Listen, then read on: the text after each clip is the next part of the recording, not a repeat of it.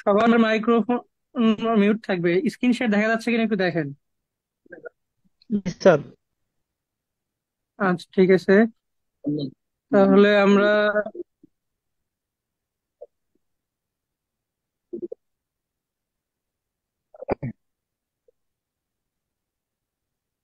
দেখা যাচ্ছে, দেখেন। জি স্যার। আমাদের টপিক ছিল হলো আজকে আহ বাংলাদেশ বিষয়াবলী হলো প্রাচীন যুগ ছিল।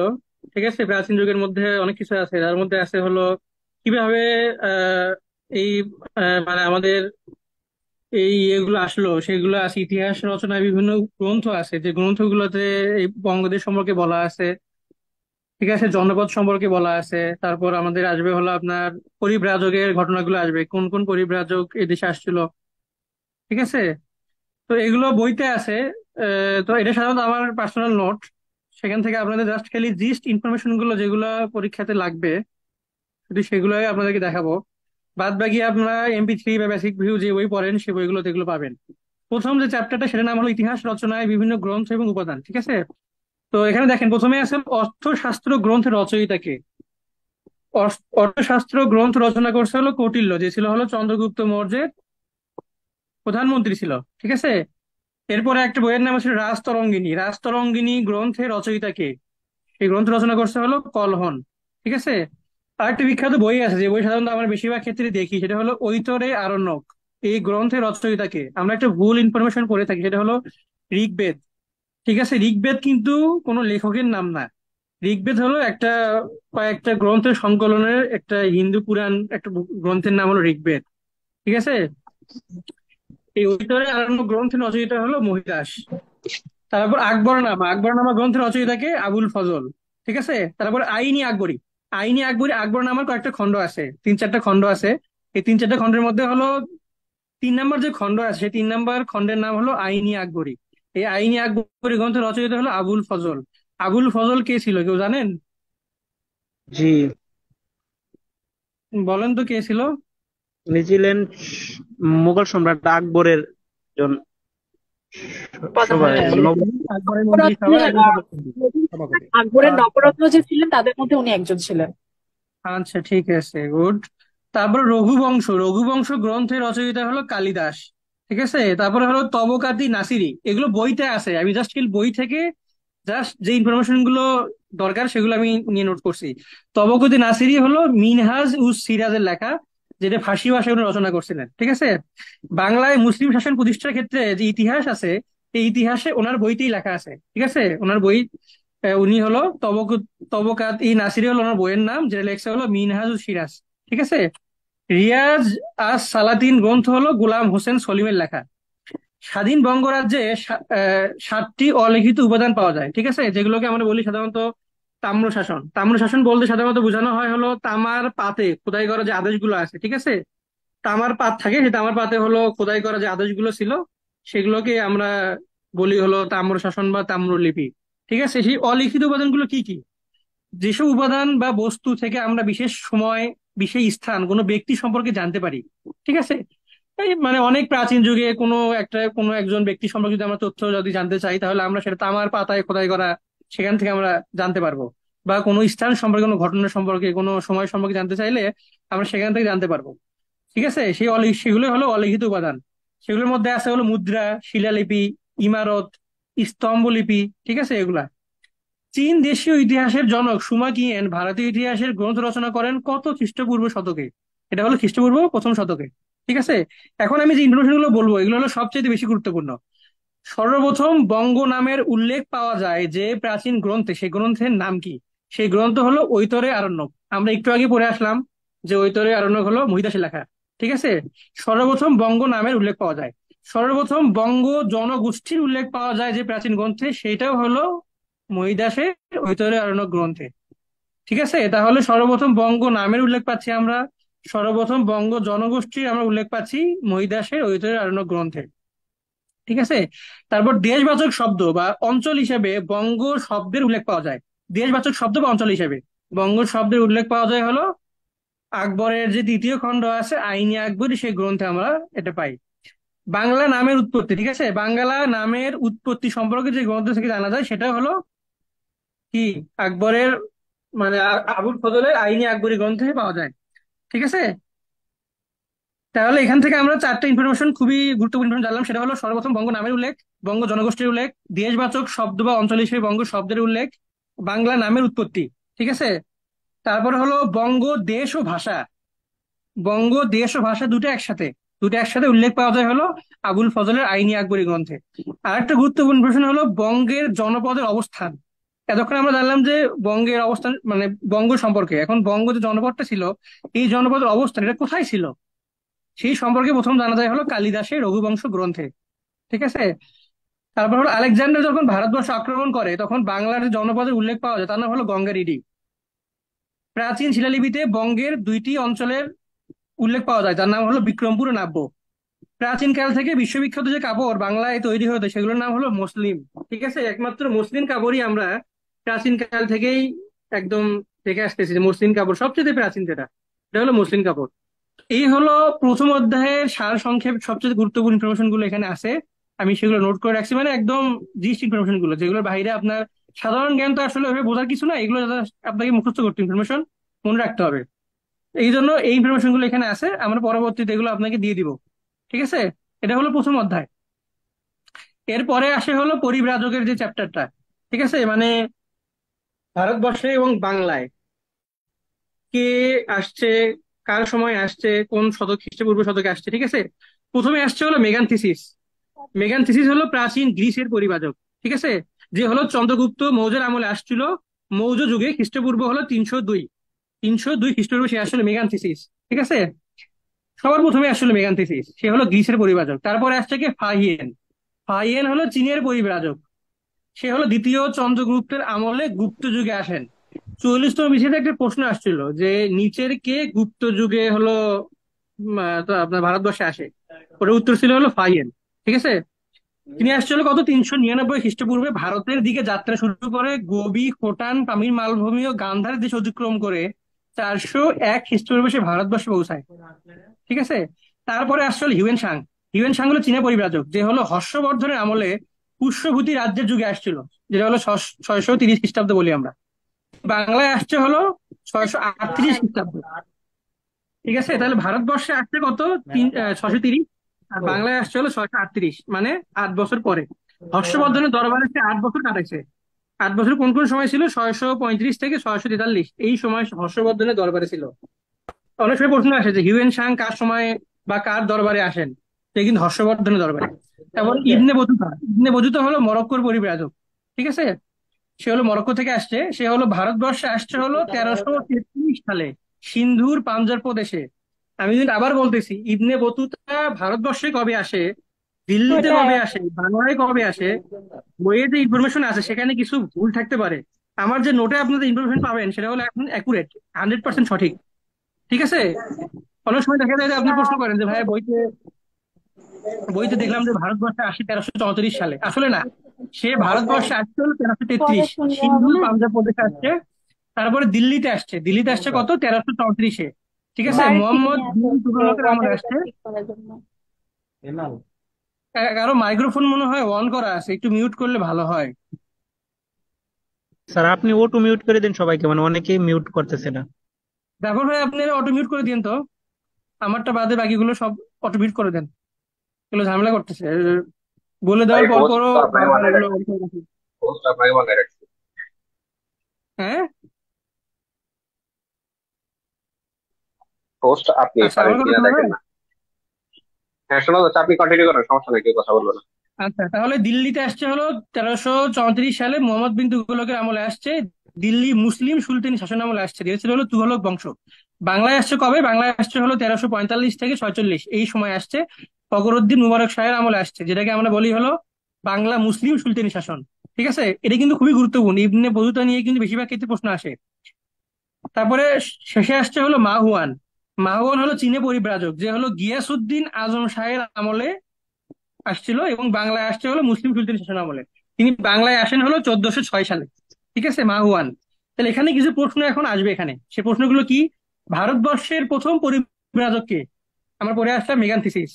মেগান থিসিস মৌর্য শাসনের অভিজ্ঞতা এবং ভারতবর্ষ সম্পর্কে একটা মূল্যবান তথ্য, তার একটা বই আছে, যে বইতে লিখছে, সে বইয়ের নাম হলো কি, ইন্ডিকা। ইন্ডিকা কার লেখা? মেগান থিসিসের লেখা। যে বইতে মৌর্য শাসনের অভিজ্ঞতা লেখা আছে, ভারতবর্ষ সম্পর্কে মূল্যবান তথ্য লেখা আছে। চৈনিক পরিব্রাজকের মধ্যে প্রথম ভারতে আসেন কে? যদি বলা হয় যে চীন দেশের পরিব্রাজকের মধ্যে প্রথম আসছে কে, তাহলে কিন্তু ফাহিয়ান হবে, মেগান থিসিস কিন্তু হবে না, কারণ মেগান থিসিস হলো গ্রিসের পরিব্রাজক। আমরা কিন্তু একটু আগে এখানে দেখে আসছি যে মেগান থিসিস হলো প্রাচীন গ্রিসের পরিব্রাজক, ঠিক আছে। তারপর হলো ফো কুয়ে কিং, এটা কিন্তু ফাহিয়ানের লেখা। হিউয়েন সাং কার কাছে বৌদ্ধ ধর্মশাস্ত্র অধ্যয়ন লাভ করেন? ঠিক আছে, তিনি হলো শিলভদ্রের কাছে, নালন্দা মহাবিহার বিশ্ববিদ্যালয়ের অধ্যক্ষ শিলভদ্রের কাছে তিনি হলো বৌদ্ধ ধর্মশাস্ত্র অধ্যয়ন লাভ করছে। ইবনে বতুতা কোন দেশে জন্মগ্রহণ করেন? মরক্কো। ইবনে বতুতা কত সালে জন্মগ্রহণ করেন? 1304 সালে। ইবনে বতুতা কোন গ্রন্থে বাংলার অপরূপ সৌন্দর্য বর্ণনা করেন? ঠিক আছে, তার নাম হলো কিতাবুল রেহালা। আরবি নাম হলো কিতাবুল রেহালা, যাকে আমরা বাংলায় বলি হলো সফরনামা। এই গ্রন্থে তিনি বাংলার অপরূপ সৌন্দর্য সম্পর্কে বলছেন, ঠিক আছে। এবং এইটাও বলছেন যে হলো বাংলা যে প্রাচুর্যপূর্ণ নরক বা দোজখীপুর, এটা কিন্তু ইবনে বতুতাই বলছেন তার এই গ্রন্থে। তারপর হলো কে সোনারগাঁওকে বিরাট বাণিজ্যিক শহর রূপে প্রত্যক্ষ করেন? মা হুয়ান। সিদ্ধি নামক গ্রন্থের রচয়িতাকে? Hiuen Tsang. ইবনে বতুতাকে কে দিল্লির কাজী নিযুক্ত করেন? সুলতান মোহাম্মদ বিন তুগলক। যেহেতু তিনি তুগলক বংশে, মোহাম্মদ বিন তুগলকের সময় দিল্লিতে আসছিল, সুতরাং মোহাম্মদ বিন তুগলকই তাকে কাজী নিযুক্ত করবেন, স্বাভাবিক বিষয়। সব পরিব্রাজক আনুমানিক কত বছর অবস্থান করে আবার ফেরত যান? 14 বছর। যতগুলো পরিব্রাজক আসছিল তারা ম্যাক্সিমাম, বেশিরভাগই 14 বছর অতিক্রম আনুমানিক অবস্থান করে পরে আবার ফেরত চলে যায়। ইবনে বতুতা চট্টগ্রামে আসেন কবে? 1345 থেকে 46 সালে। চীনের পর্যটক হিউয়েন সাং যে জনপদের বর্ণনা লিখেছিলেন, হিউয়েন সাং যখন বাংলায় আসে তখন তিনি বাংলার সমতটের বর্ণনা কিন্তু লিখছিলেন, ঠিক আছে। হিউয়েন সাং বাংলার যে অঞ্চল ভ্রমণ করেন সেগুলো হলো কামরূপ, সমতট, তাম্রলিপ্ত, ঠিক আছে।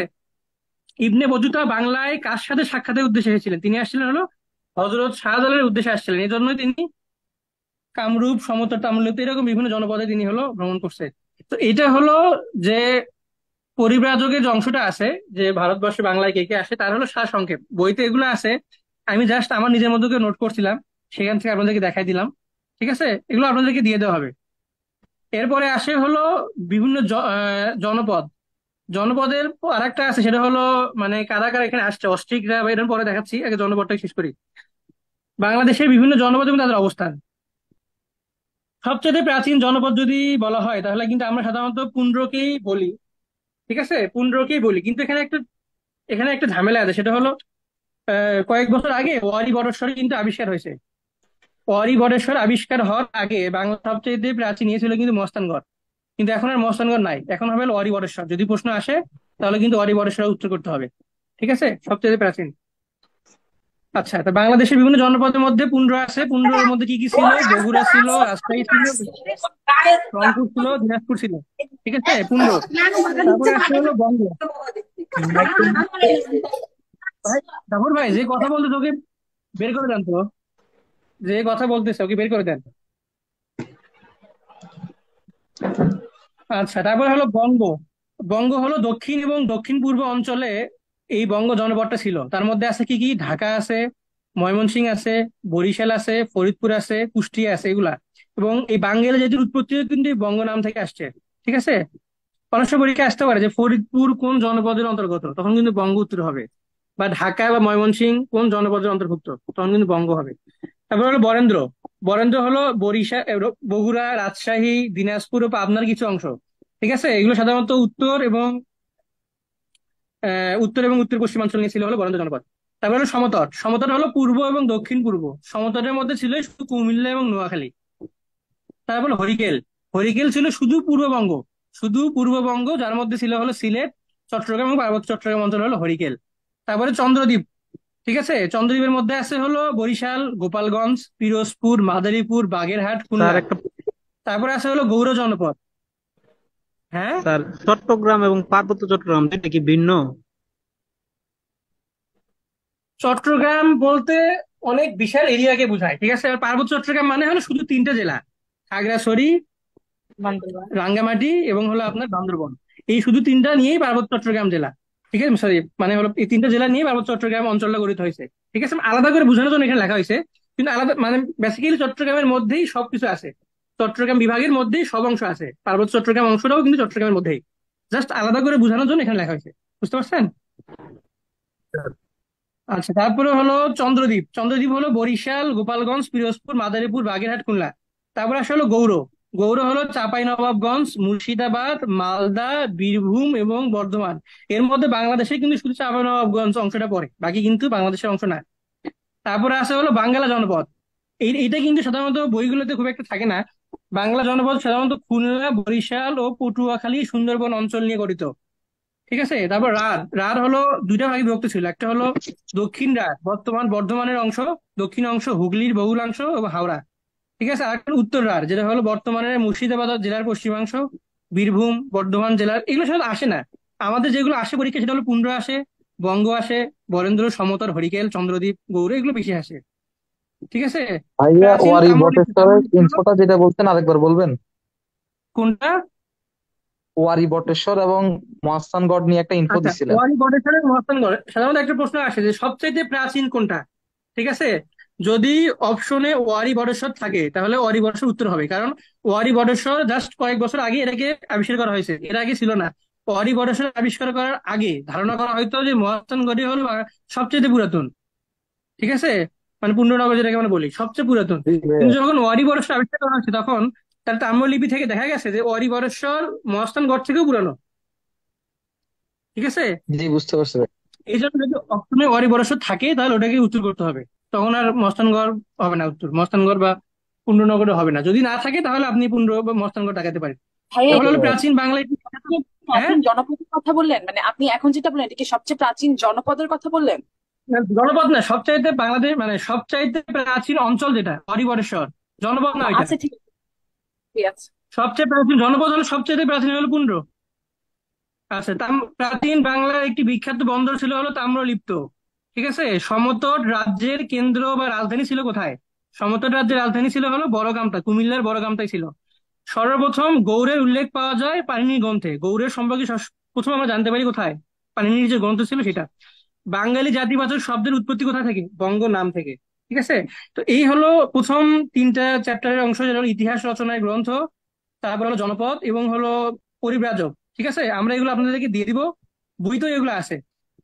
ঠিক আছে, এগুলো জাস্ট আপনাদের সাথে আলোচনা করা হলো। এরপরে অংশ হলো আমরা আপনাদেরকে দেখাবো হলো কারাগার আসছে, মানে অস্ট্রিক। ঠিক আছে, অস্ট্রিক, নেগ্রিটো, সেটা জানি কোথায়। এই যে জাতির জাতির উৎপত্তি, যেটা বাঙালি জাতিদের উৎপত্তি, সেটা আমরা দেখাই এখন। ঠিক আছে, দেখেন দেখা যায় কিনা, দেখা যাচ্ছে? জি ভাই, হ্যালো। জি, দেখা দেখা যাচ্ছে। যাচ্ছে। দেখা যাচ্ছে। বাঙালি ভাই এটা জাতির উৎপত্তি বেসিক্যালি এটা কোন তো জাতি গোষ্ঠী থেকে হয়েছে বলো দেখি? কি কি বাঙালি জাতির উৎপত্তি বেসিক্যালি কোন জাতি গোষ্ঠী থেকে হয়েছে? অস্ট্রিক থেকে। অস্ট্রিক থেকে। আচ্ছা, বাঙালি জাতির উৎপত্তিকে আমরা সাধারণত চার ভাগে ভাগ করি। ঠিক আছে, বেসিক্যালি অ্যাকচুয়ালি দুই ভাগে ভাগ হয়, সেটা হলো আপনার আর্য পূর্ব এবং আর্য। ঠিক আছে, একটা হলো আর্য পূর্ব মানে হলো অনার্য নরগোষ্ঠী, আর একটা হলো আর্য নরগোষ্ঠী। ঠিক আছে, আবার এই আর্য পূর্ব বা অনার্য অনার্য জনগোষ্ঠীকে চার ভাগে ভাগ করে। ঠিক আছে, যে চার ভাগের মধ্যে আমরা হলো আসে হলো আপনার নেগ্রিটো, অস্ট্রিক, দ্রাভিড়, মানে ভোটচিনীয় বা মঙ্গোলীয়। সর্বপ্রথম আসে হলো নেগ্রিটোরা। ঠিক আছে, এই জনপদে সবচেয়ে প্রথম আসে হলো নেগ্রিটোরা। যারা আসার পরে তারপরে আসে অস্ট্রিক, অস্ট্রিকরা আসে নেগ্রিটোদের উৎখাত করে। ঠিক আছে, উৎখাত করে ওরা হলো আপনার বসতি স্থাপন করে। এই অস্ট্রিক থেকে হলো বাঙালি জাতির প্রধান অংশ গড়ে উঠছে, যাদেরকে আমরা অস্ট্রিক বলি বা আদি অস্ট্রেলীয় বলতে পারি আমরা ওদেরকে। ঠিক আছে, এদেরকে সাধারণত নিষাদ জাতি বলা হয়ে থাকে। ঠিক আছে, তাই দেখেন 36 একটা প্রশ্ন আসছে, বাঙালি জাতির প্রধান অংশ গড়ে উঠেছে কোন জাতি থেকে? এটা হলো অস্ট্রিক। ঠিক আছে, তারপরে হলো সর্বপ্রথম দেশবাচক শব্দ বাংলা যে গ্রন্থে পাওয়া যায়, আমরা একটু আগে দেখে আসলাম আবুল ফজলের আইনে আকবরী গ্রন্থে, এটা 46 আসছে। ঠিক আছে, তারপর হলো যে উপজাতি আছে, বর্তমানে বাংলাদেশের যে উপজাতিগুলো আছে, উপজাতি বলি আমরা, অনেক সময় ক্ষুদ্র নৃগোষ্ঠী বলা হয়, এটা পার্থক্য আছে। এটা আপনাদের হোমওয়ার্ক দেওয়া হয়েছিল। সেটা হলো গারো, কোচ, ত্রিপুরা, এরকম যে উপজাতিগুলো আছে এগুলো সাধারণত এতগুলো না, শুধুমাত্র মঙ্গোলীয় হবে। এখানে কিছু ভুল আছে ইনফরমেশন, শুধু মঙ্গোলীয় থেকে এদেরকে মানে এখন যেটা আছে এটা হলো মঙ্গোলীয় জাতিগোষ্ঠী। ঠিক আছে, বা বর্তমান যা বাঙালি জাতি পরিচয় হলো শঙ্কর জাতি হিসেবে। বৈদিক যুগ বলা হলো আর্য যুগকে সাধারণত কি বলা হয়? বৈদিক বলা হয়। এবং আর্যদের ধর্মগ্রন্থের নাম কি? বলেন তো দেখি। বেদ। আর্যদের বেদ। ধর্মগ্রন্থের নাম কি? বেদ। বেদ। এটা কিন্তু বেদ। বিশ্বের 44তমতে মনে আসছিল। আর্যদের ধর্মগ্রন্থের নাম কি? বেদ। 43 আসছিল। ঠিক আছে। এই হলো প্রধানত বাঙালি জাতির উদ্ভব এবং বিকাশ। এগুলো এখানে কিছু ইনফরমেশন আছে, সেটা আপনাকে দেখালাম। এগুলো অত ওইভাবে লাগে না। বাংলা জাতি যে ইন্দো ইউরোপীয় বাংলা ভাষা যে ভাষা গোষ্ঠীর অন্তর্ভুক্ত, এটা ইম্পর্টেন্ট। এটা হলো ইন্দো ইউরোপীয়। ঠিক আছে। তারপর হলো আর্যদের আদি নিবাস কোথায়? এটা হলো ইউরাল পর্বতের দক্ষিণ কিরগিজ তৃণভূমি থেকে আসছে। ঠিক আছে, ইউরাল পর্বতের দক্ষিণ কিরগিজ তৃণভূমি থেকে আসছে। বাংলার আর্য সংস্কৃতি সমধিক বিকাশ লাভ করে পাল আমলে। বাংলা আদিম আদিবাসী হলো অনার্য। এগুলো এখানে আছে, এগুলো ইম্পর্টেন্ট না, এগুলো আসে না পরীক্ষায়। তারপরে হলো এখান থেকে আসে হলো অস্ট্রিক জাতিগোষ্ঠী পদার্পণ, এগুলো গুরুত্বপূর্ণ না। আর্যগণ প্রথম উপমহাদেশ আগমন করে হলো 1400 খ্রিস্টপূর্ব, 1400 বা 1500 অব্দে। ঠিক আছে, এইটুকু হলো ইনফরমেশন।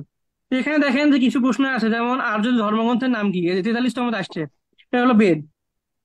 বাংলা আদিবাসীগণ কোন ভাষাভাষী ছিল? এটা কিন্তু অস্ট্রিক। তো মোটামুটি এই হলো বাঙালি জাতির উৎপত্তি।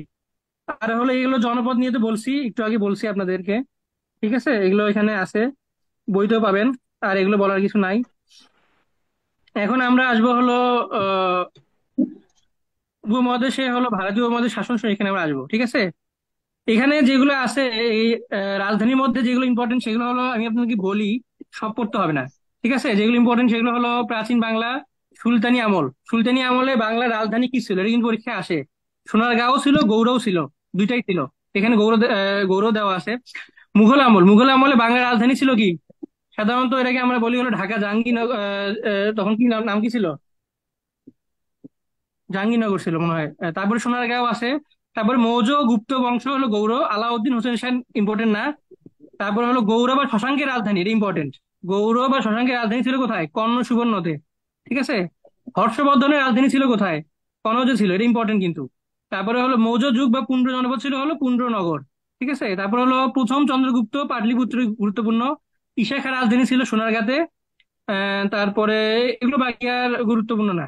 তো এই হলো মোটামুটি, এগুলো পড়বে, নিচে এগুলো দরকার নাই। ঈশা খাঁ গুরুত্বপূর্ণ। আরেকবার কি মাঝখানে খরচ এটা লাগবে না।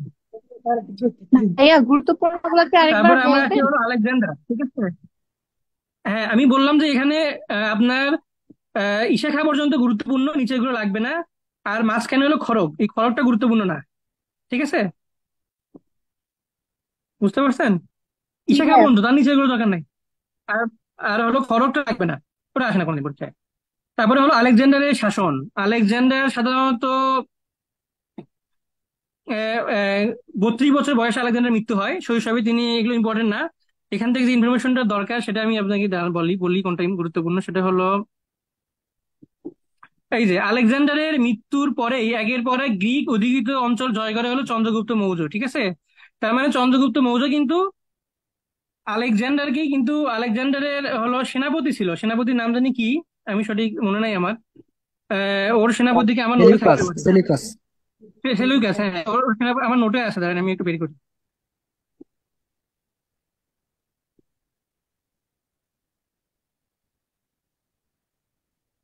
নোটে মনে হয় ছিল এখানে।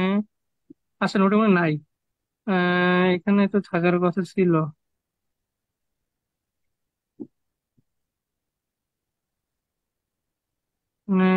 বাংলাদেশে। আচ্ছা, ওর সেলুকাসকে পরাজিত করে সেনাপতিকে সে হলো চন্দ্রগুপ্ত মৌর্য হলো শাসন প্রতিষ্ঠা করে। তো চন্দ্রগুপ্ত মৌর্য হলো মৌর্য শাসনের প্রতিষ্ঠাতা, মৌর্য সাম্রাজ্য প্রতিষ্ঠা করছে 321 খ্রিস্টপূর্ব। ঠিক আছে, 321 খ্রিস্টপূর্বাব্দে। প্রাচীন ভারতের সর্বপ্রথম সম্রাট কিন্তু চন্দ্রগুপ্ত মৌর্য। ঠিক আছে। চন্দ্রগুপ্ত মৌর্যের প্রধানমন্ত্রী ছিল কে? চাণক্য ছিল, যার ছদ্মনাম বলি আমরা কৌটিল্য। যার একটা বই আছে, বইয়ের নাম হলো কি বলেন তো? অর্থশাস্ত্র। বইয়ের নাম কি? অর্থশাস্ত্র। অর্থশাস্ত্র। আচ্ছা, হ্যাঁ, অর্থশাস্ত্র। চন্দ্রগুপ্ত মৌর্যের রাজধানী ছিল কোথায়? পাটলিপুত্র। এটা কিন্তু গুরুত্বপূর্ণ। চন্দ্রগুপ্ত মৌর্যের রাজধানী ছিল কোথায়? অশোক যে বংশের সম্রাট মৌর্য, অশোক কিন্তু চন্দ্রগুপ্ত মৌর্যের মানে হলো ওরই কিন্তু বংশধর। মহারাজ অশোক বৌদ্ধ ধর্ম গ্রহণ করেন কলিঙ্গ যুদ্ধের ভয়াবহতা দেখে। এটা কিন্তু হয়েছে সম্ভবত 261 খ্রিস্টপূর্বাব্দে মনে হয়। 261 সম্ভবত। মানে কলিঙ্গ যুদ্ধ কখন হয়েছে, এই যুদ্ধের ভয়াবহতা দেখেই অশোক হলো বৌদ্ধ ধর্ম গ্রহণ করছে, এই জন্য তাকে বৌদ্ধ ধর্মে কি বলা হয় বলেন তো দেখি, কে জানেন? কনস্ট্যান্টাইন। হ্যাঁ, বৌদ্ধ ধর্মে কনস্ট্যান্টিনাইন বলা হয়। ঠিক আছে, মেগান থিসিস ছিল হলো চন্দ্রগুপ্ত মৌর্যের রাজসভার গ্রিক দূত। অনেক সময় আসে মেগান থিসিস কে ছিল, এই যে একটু আগে আমরা দেখে আসলাম মেগান থিসিস পরিব্রাজক, যে কিন্তু চন্দ্রগুপ্ত মৌর্যের আমলে আসছিল। ঠিক আছে, ইন্ডিকা গ্রন্থের রচয়িতা। তো এই হলো চন্দ্রগুপ্ত, এখানে একটু শর্টকাট করে দেওয়া আছে, আপনারা যদি এমপি3 পড়েন এমপি3 ভালো করে দেওয়া আছে। ঠিক আছে, ওইখান থেকে সুন্দর করে পড়ে নিন চন্দ্রগুপ্ত মৌর্যের এই ইনফরমেশন লাগবে। তারপর হলো গুপ্ত। গুপ্ত সাম্রাজ্যের প্রতিষ্ঠাতা হলো প্রথম চন্দ্রগুপ্ত। এখানে ইনফরমেশন একটু ভুল আছে, সেটা হলো গুপ্ত সাম্রাজ্যের প্রতিষ্ঠাতা সম্ভবত শ্রীগুপ্ত। শ্রীগুপ্ত নামে একটা প্রথম চন্দ্রগুপ্তের আগেও তিনি মানে আগে প্রথম, একদম প্রথম। তারপরে হলো প্রথম চন্দ্রগুপ্ত আসছে হ্যাঁ, তিনশো এখানে বিশ খ্রিস্টাব্দে প্রথম চন্দ্রগুপ্তকে তো প্রকৃত প্রতিষ্ঠাতা বলা হয়, আর প্রথম প্রতিষ্ঠাতা মনে হয় অন্যজন কেউ হতে পারে এরকম। হ্যাঁ, মানে প্রকৃত প্রতিষ্ঠাতা না অ্যাকচুয়ালি, মানে প্রথমে যে প্রতিষ্ঠা করছে ওটা সম্ভবত শ্রীগুপ্ত, সম্ভবত ওনার নাম হলো শ্রীগুপ্ত, সম্ভবত শ্রীগুপ্ত হবে। আপনি দেখেন বইতে আছে, আমরা এটা পরবর্তী দিয়ে দিব শ্রীগুপ্ত সাথে, সম্ভবত এটা আমার যেটা মনে হচ্ছে শ্রীগুপ্ত। জি ভাইয়া, ওই হলো, মহারাজা গুপ্ত। হ্যাঁ, গুপ্ত সাম্রাজ্য প্রতিষ্ঠাতা করছিল কিন্তু ও প্রকৃত প্রতিষ্ঠাতা না। ঠিক আছে, ওই হলো প্রথম প্রতিষ্ঠা করছে আর কি এই গুপ্ত সাম্রাজ্যটা। ঠিক আছে, এই প্রথম চন্দ্রগুপ্ত হলো প্রকৃত প্রতিষ্ঠা 320 খ্রিস্টাব্দে। তারপর গুপ্ত বংশের মধ্যে স্বাধীন এবং শক্তিশালী রাজা কে ছিল যদি বলে, তাহলে প্রথম চন্দ্রগুপ্ত। গুপ্ত বংশের শ্রেষ্ঠ রাজা কিন্তু সমুদ্রগুপ্ত। প্রথম চন্দ্রগুপ্তকে গুপ্ত সাম্রাজ্যের প্রকৃত প্রতিষ্ঠাতা বলা হলেও তিনি কিন্তু শ্রেষ্ঠ রাজা না, শ্রেষ্ঠ রাজাকে সমুদ্রগুপ্ত, যাকে ভারতের নেপোলিয়ন বলা হয়। ঠিক আছে, এবং চীনা পরিব্রাজক যে ফাইয়েন আছে, ফাইয়েন কিন্তু দ্বিতীয় চন্দ্রগুপ্তের শাসন আমলে আসছিল, আমরা কিন্তু বলছি। ঠিক আছে, দ্বিতীয় চন্দ্রগুপ্তের উপাধি ছিল হলো বিক্রমাদিত্য সিংহ, বিক্রম সিংহ। গুপ্ত সাম্রাজ্য ধ্বংস হয় কবে? গুপ্ত সাম্রাজ্য ধ্বংস হয় হলো হুনদের আক্রমণে। ঠিক আছে, এটা হলো সম্ভবত 4 থেকে 6 খ্রিস্টপূর্বাব্দের মধ্যে, এই সময়ের মধ্যে হুনদের আক্রমণে গুপ্ত সাম্রাজ্য একদম ধ্বংস হয়ে যায়। ঠিক আছে, তারপরে আসে হলো শশাঙ্কের শাসনামল, গৌড় যে সাম্রাজ্যটা। ঠিক আছে, বাংলার প্রথম এবং স্বাধীন সার্বভৌম রাজাকে শশাঙ্ক। হিউয়েন সাং বৌদ্ধ ধর্মে নিগ্রহকারী হিসেবে অভিহিত করেন কে? শশাঙ্ককে বলছিল। শশাঙ্ক কত সালে শুরু করছে? এটা হলো 593 সম্ভবত, 593 হইতে পারে, সম্ভবত 593। চীনা বৌদ্ধ পণ্ডিত হিউয়েন সাং ভারতে আসেন, হর্ষবর্ধন নাম আমি এটা বলছি অলরেডি। গৌড়ের স্বাধীন নরপতি ছিল শশাঙ্ক। শশাঙ্কের রাজধানী কোথায় ছিল? কর্ণ সুবর্ণ। শশাঙ্কের উপাধি ছিল কি? মহা সামন্ত। ঠিক আছে, যার গ্রন্থে গৌড়ের প্রথম উল্লেখ পাওয়া যায়, আমরা অলরেডি পড়ে আসছি এগুলা পাইনি গ্রন্থে। তো শশাঙ্ক বেসিক্যালি কি ছিল? শশাঙ্ক হলো আপনার গৌড়ের শাসক, সে হলো আপনার গৌড় জয় করছিল। গৌড় জয় করে গৌড়ের শাসন স্থাপন করে, সম্ভবত 593 হবে। ভাই, শশাঙ্কের উপাধি রাজা ধীরাজ দেখতেছি যে বইয়ে। শশাঙ্কের উপাধি, হ্যাঁ, রাজা ধীরাজ। রাজা ধীরাজ তো আছে, রাজা ধীরাজ ওকে বলা হয়। অ্যাকচুয়ালি মহাসামন্ত, মহাসামন্ত বলতে 3জন সামন্ত ছিল, 3জন সামন্তকে মহাসামন্ত বলা হয়তো। অ্যাকচুয়ালি উপাধি হলো আপনার রাজা ধীরাজি। ঠিক আছে, মহাসামন্ত 3জনকে বলা হয়তো, ওকে মানে একা না। এবং ওরা উপাধি ছিল হলো রাজা ধীরাজ উপাধি। ঠিক আছে, আপনি ভালো ভালো ইয়ে বলছেন, এখানে একটু ইনফরমেশন একটু ভুল আছে। তারপরে যখন শশাঙ্ক মারা যায়, শশাঙ্ক মারা গেলে হলো মাৎসনাই হয়। মাৎসনাই কত শতকে হয়েছে বলেন তো দেখি, সময়টা বলেন। প্রথম থেকে অষ্টম শতকে। মাৎসনাই জিনিসটা আসলে কি? মাৎসনাই জিনিসটা আসলে কি কেউ বলতে পারবে? স্যার পারবো। আচ্ছা বলেন, মাৎসনাই ঘটনা কি?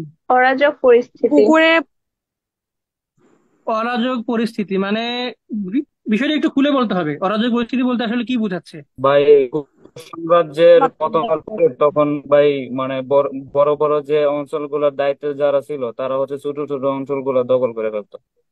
আচ্ছা আচ্ছা, ছোট ছোট অঞ্চলগুলোকে দখল করে ফেলে, যেটা একটা অরাজকতা সৃষ্টি করে। যেমন এখানে একটা উদাহরণ দেওয়া আছে যে পুকুরে বড় মাছগুলো সাধারণত শক্তির দাপটে ছোট ছোট মাছগুলোকে খেয়ে ফেলে। বেসিক্যালি এইরকমই, যে বড় বড় যারা ইয়ে ছিল তারা ছোট ছোট অঞ্চলগুলো দখল করতো, তাদেরকে শাসন করার চেষ্টা করতো, এবং একটা অরাজক পরিস্থিতি সৃষ্টি হয়েছিল, যেটাকে বলি আমরা মাৎসনায়। ঠিক আছে, এবং এই মাৎসনায় দমন করছে কে? শশাঙ্ক। পাল বংশ। না, শশাঙ্ক মারা গোপাল। যাওয়ার পর মাৎসনা শুরু হয়েছে, মাৎসনার উদ্ভব হয়েছে 7ম গোপাল। শতকে, কিন্তু দমন করছে কে? আচ্ছা, গোপাল। মাঝখানে দমন করছিল গোপাল। আমরা এখন পাল শাসন পড়বো। এখানে পাল সেন ভালো করে দেওয়া নাই। আমরা পাল সেনানি একটু আমার নোট থেকে একটু পড়বো, হ্যাঁ। এখানে আমরা আসি। পাল বংশ, দেখেন, পাল বংশের সময়কাল নিয়ে একটু ঝামেলা আছে, সেটা হলো এক এক জায়গাতে এক একটা দেওয়া আছে, আমি দুইটাই লিখে রাখছি। 774 কোথাও আছে, 756 কোথাও আছে, কোথাও শেষ আছে হলো 1161, কোথাও 1162, আমি দুইটাই লিখে রাখছি। ঠিক আছে, পাল হলো প্রথম বংশানুক্রমিক শাসন চালু করে, যাদের বাংলায় সবচেয়ে বেশি সময় শাসন ছিল, প্রায় 400 বছর। প্রায় 400 বছর কিন্তু বাংলায় সবচেয়ে বেশি সময় পালরা শাসন করছে। এবং তারা তারা পাল্লা পাল্লা কোন ধর্মাবলম্বী ছিল বলেন তো? ওরা কোন ধর্ম পালন করতো? বৌদ্ধ ধর্ম স্যার। আচ্ছা, বৌদ্ধ ধর্ম। পাল বংশের সাথে বাংলা সাহিত্যের একটা সম্পৃক্ততা আছে, সেটা কি বলেন তো কি? আচ্ছা, good. এই পাল বংশের শাসনামলেই চর্যাপদ রচনা শুরু হয়। ঠিক আছে, যেহেতু 700, আপনারা যদি সালটা খেয়াল করেন তাহলে বুঝবেন, দেখেন 774 থেকে 750 থেকে 1161-62, তার মানে এই সময়ের মধ্যেই তো চর্যাপদ রচনা করা হয়েছে। আমরা যেদিন চর্যাপদে প্রথম ক্লাস করি, আমরা তো সেদিন বলছিলাম যে হলো ডক্টর মোহাম্মদ শহীদুল্লাহর মতে 650 থেকে 1200, সুনীতির মতে হলো 950 থেকে 1200, বলছি না? ওই সেম এই সময়ের মধ্যেই। আচ্ছা, তো পাল্লা ছিল বৌদ্ধ ধর্মাবলী এবং 18 পুরুষ, 18 পুরুষ পর্যন্ত পাল্লা শাসন করছে। এবং পাল বংশের প্রতিষ্ঠাতা কিন্তু গোপাল। পাল বংশের প্রতিষ্ঠাতা গোপাল, পাল বংশের প্রথম রাজা গোপাল। কিন্তু পাল বংশের শ্রেষ্ঠ রাজা গোপাল না, পাল বংশের শ্রেষ্ঠ রাজা কে? ধর্মপাল। ধর্মপালের উপাধিগুলো দেখেন, কি কি উপাধি ওর আছে। ওর উপাধি হলো বিক্রমশীল উপাধি, সার্বভৌম উপাধি ছিল, আর পরমেশ্বর উপাধি ছিল, পরম ভট্টাকর উপাধি ছিল, মহারাজা ধীরাজ ছিল। ঠিক আছে, তাকে উত্তরা পদ স্বামীও বলা হয়, পরম সৌগতও বলা হয়, মানে কত উপাধি তার। তিনি পাল বংশের প্রকৃত প্রতিষ্ঠাতা। গোপাল পাল বংশের প্রতিষ্ঠা করলেও গোপাল কিন্তু পাল বংশের প্রকৃত প্রতিষ্ঠাতা না। পাল বংশের প্রকৃত প্রতিষ্ঠাতা হলো ধর্মপাল। ঠিক আছে, পাল বংশ স্থায়িত্ব লাভ করছে এই ধর্মপালের আমলেই। ধর্মপালের প্রধানমন্ত্রী ছিলেন, নাম ছিল গর্গ, তার রাজধানী ছিল হলো পাটলিপুত্র। আমরা যদি এখন পরীক্ষায় দিয়ে দেই যে ধর্মপালের প্রধানমন্ত্রী কে ছিলেন, তাহলে কিন্তু আপনারা পারবেন, যদি আমার এই এখান থেকে পড়েন তাহলে কিন্তু পারবেন, এই বইতে নাই। গর্গ, তার প্রধানমন্ত্রীর নাম ছিল গর্গ। আর একটা প্রশ্ন এখান থেকে হইতে পারে, সেটা হলো পাল বংশ স্থায়িত্ব লাভ করে কার আমলে? সেটা কিন্তু ধর্মপাল। ঠিক আছে, পাল বংশের স্বনামধন্য রাজা কে ছিল? শ্রেষ্ঠ রাজা যদিও ধর্মপাল, কিন্তু স্বনামধন্য রাজা কিন্তু ধর্মপাল ছিল না, স্বনামধন্য রাজা ছিল রামপাল। রামপালকে বলা হতো স্বনামধন্য রাজা। সেই ছিল হলো পাল বংশের শেষ সফল শাসক। এটা কিন্তু খুবই গুরুত্বপূর্ণ। এখান থেকে কিন্তু আমি আবার হিন্ট দিচ্ছি আপনাদের, এখান থেকে কিন্তু প্রশ্ন হবে, আপনারা ভুল করতে পারেন যদি ভালো করে না পড়েন এবং ভালো করে ক্লাসগুলো না শোনেন। পাল বংশের স্বনামধন্য রাজা রামপাল, পাল বংশের শেষ সফল শাসক রামপাল, পাল বংশের শেষ মুকুটমণি কিন্তু রামপাল।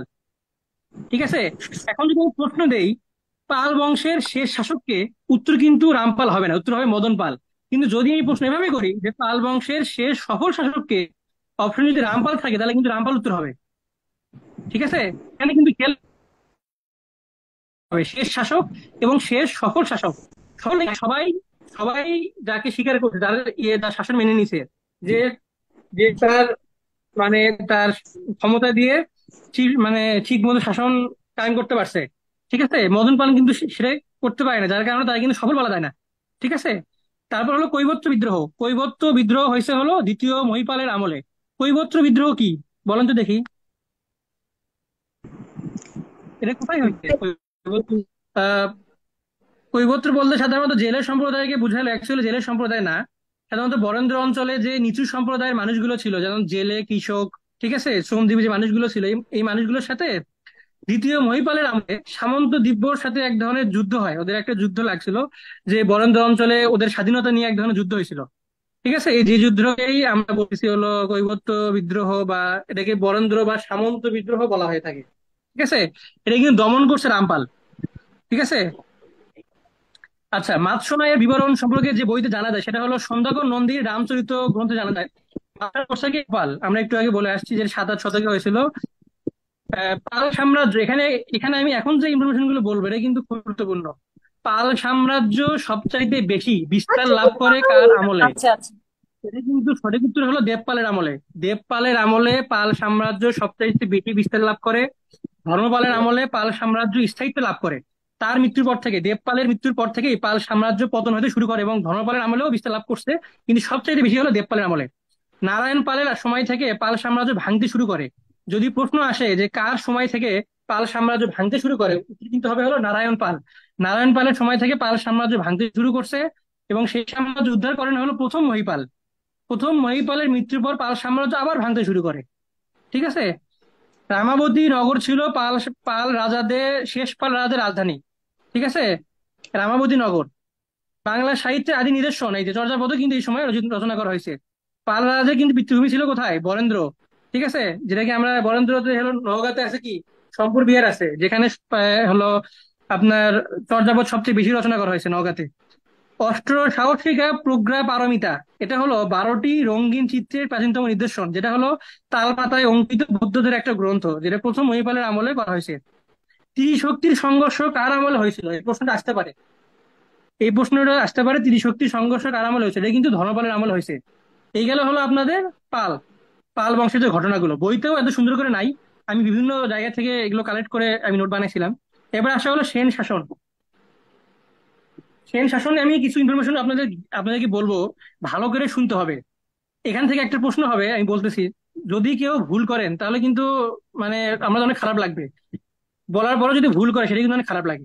সেন শাসন হলো 1061 থেকে 1204 এই সময়ের মধ্যে সেন শাসন ছিল। সেন বংশের আদি নিবাস ছিল হলো দাক্ষিণাত্য, এবং তারা বসতি স্থাপন করে রাঢ় অঞ্চলে গঙ্গা নদীর তীরে। ঠিক আছে। আমি এখানে বলার আগে আমি আপনাদেরকে একটা ওভারভিউ বলি, সেটা হলো সেন বংশের প্রতিষ্ঠাতা হলো সামন্ত সেন। সামন্ত সেন হলো সেন বংশ প্রতিষ্ঠা করে, কিন্তু সেন বংশ প্রতিষ্ঠা করলেও সে সে কিন্তু মানে কোনো রাজ্য প্রতিষ্ঠা করতে পারে নাই। সামন্ত সেন কোনো রাজ্য বংশ প্রতিষ্ঠা করা এবং রাজ্য প্রতিষ্ঠা করার মধ্যে একটা পার্থক্য আছে। ঠিক আছে। সামন্ত সেন যেহেতু রাজ্য প্রতিষ্ঠা করতে পারে নাই, সেজন্য সে প্রথম রাজা হিসেবে হেমন্ত সেন, তার পুত্র হেমন্ত সেনকে প্রথম রাজা হিসেবে দায়িত্ব দেয়। এখন আমি বলি যে বংশ প্রতিষ্ঠা করা এবং রাজ্য প্রতিষ্ঠা করার মধ্যে একটু পার্থক্যটা আমি বলি। সেটা হলো, বংশ প্রতিষ্ঠা মানে হলো, ধরেন যে আপনি আপনি এবং আপনার ওয়াইফ মিলে, ওয়াইফ মানে বিয়ে করছেন, আপনি একটা ধরেন একটা পরিবার আছে, আপনি করলেন কি একটা, এটার একটা মানে মানুষের কাছে ছড়াই দিলেন। ঠিক আছে। যার যার যার কারণে যার কারণে কি হলো, যে একটা বংশ প্রতিষ্ঠা হয়ে গেল, যে আপনার থেকে আপনার পুত্র, আপনার পুত্র থেকে তার পুত্র, এবং একটা বংশ প্রতিষ্ঠা হইলো। কিন্তু আপনি একটা বংশ প্রতিষ্ঠা করলেই যে আপনি শাসন কায়েম করতে পারবেন, ব্যাপারটা কিন্তু এরকম না। রাজ্য প্রতিষ্ঠা মানে হলো তার শাসন কায়েম করা, তার একটা রাজ্য তৈরি করা। ঠিক আছে।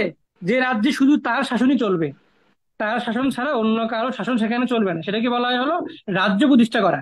এই সামন্ত সেন কিন্তু সেটা করতে পারে নাই, সেজন্য তার পুত্র হেমন্ত সেনকে দায়িত্ব দেয়, হেমন্ত সেনকে প্রথম রাজা হিসেবে দায়িত্ব দেওয়া হয়েছিল।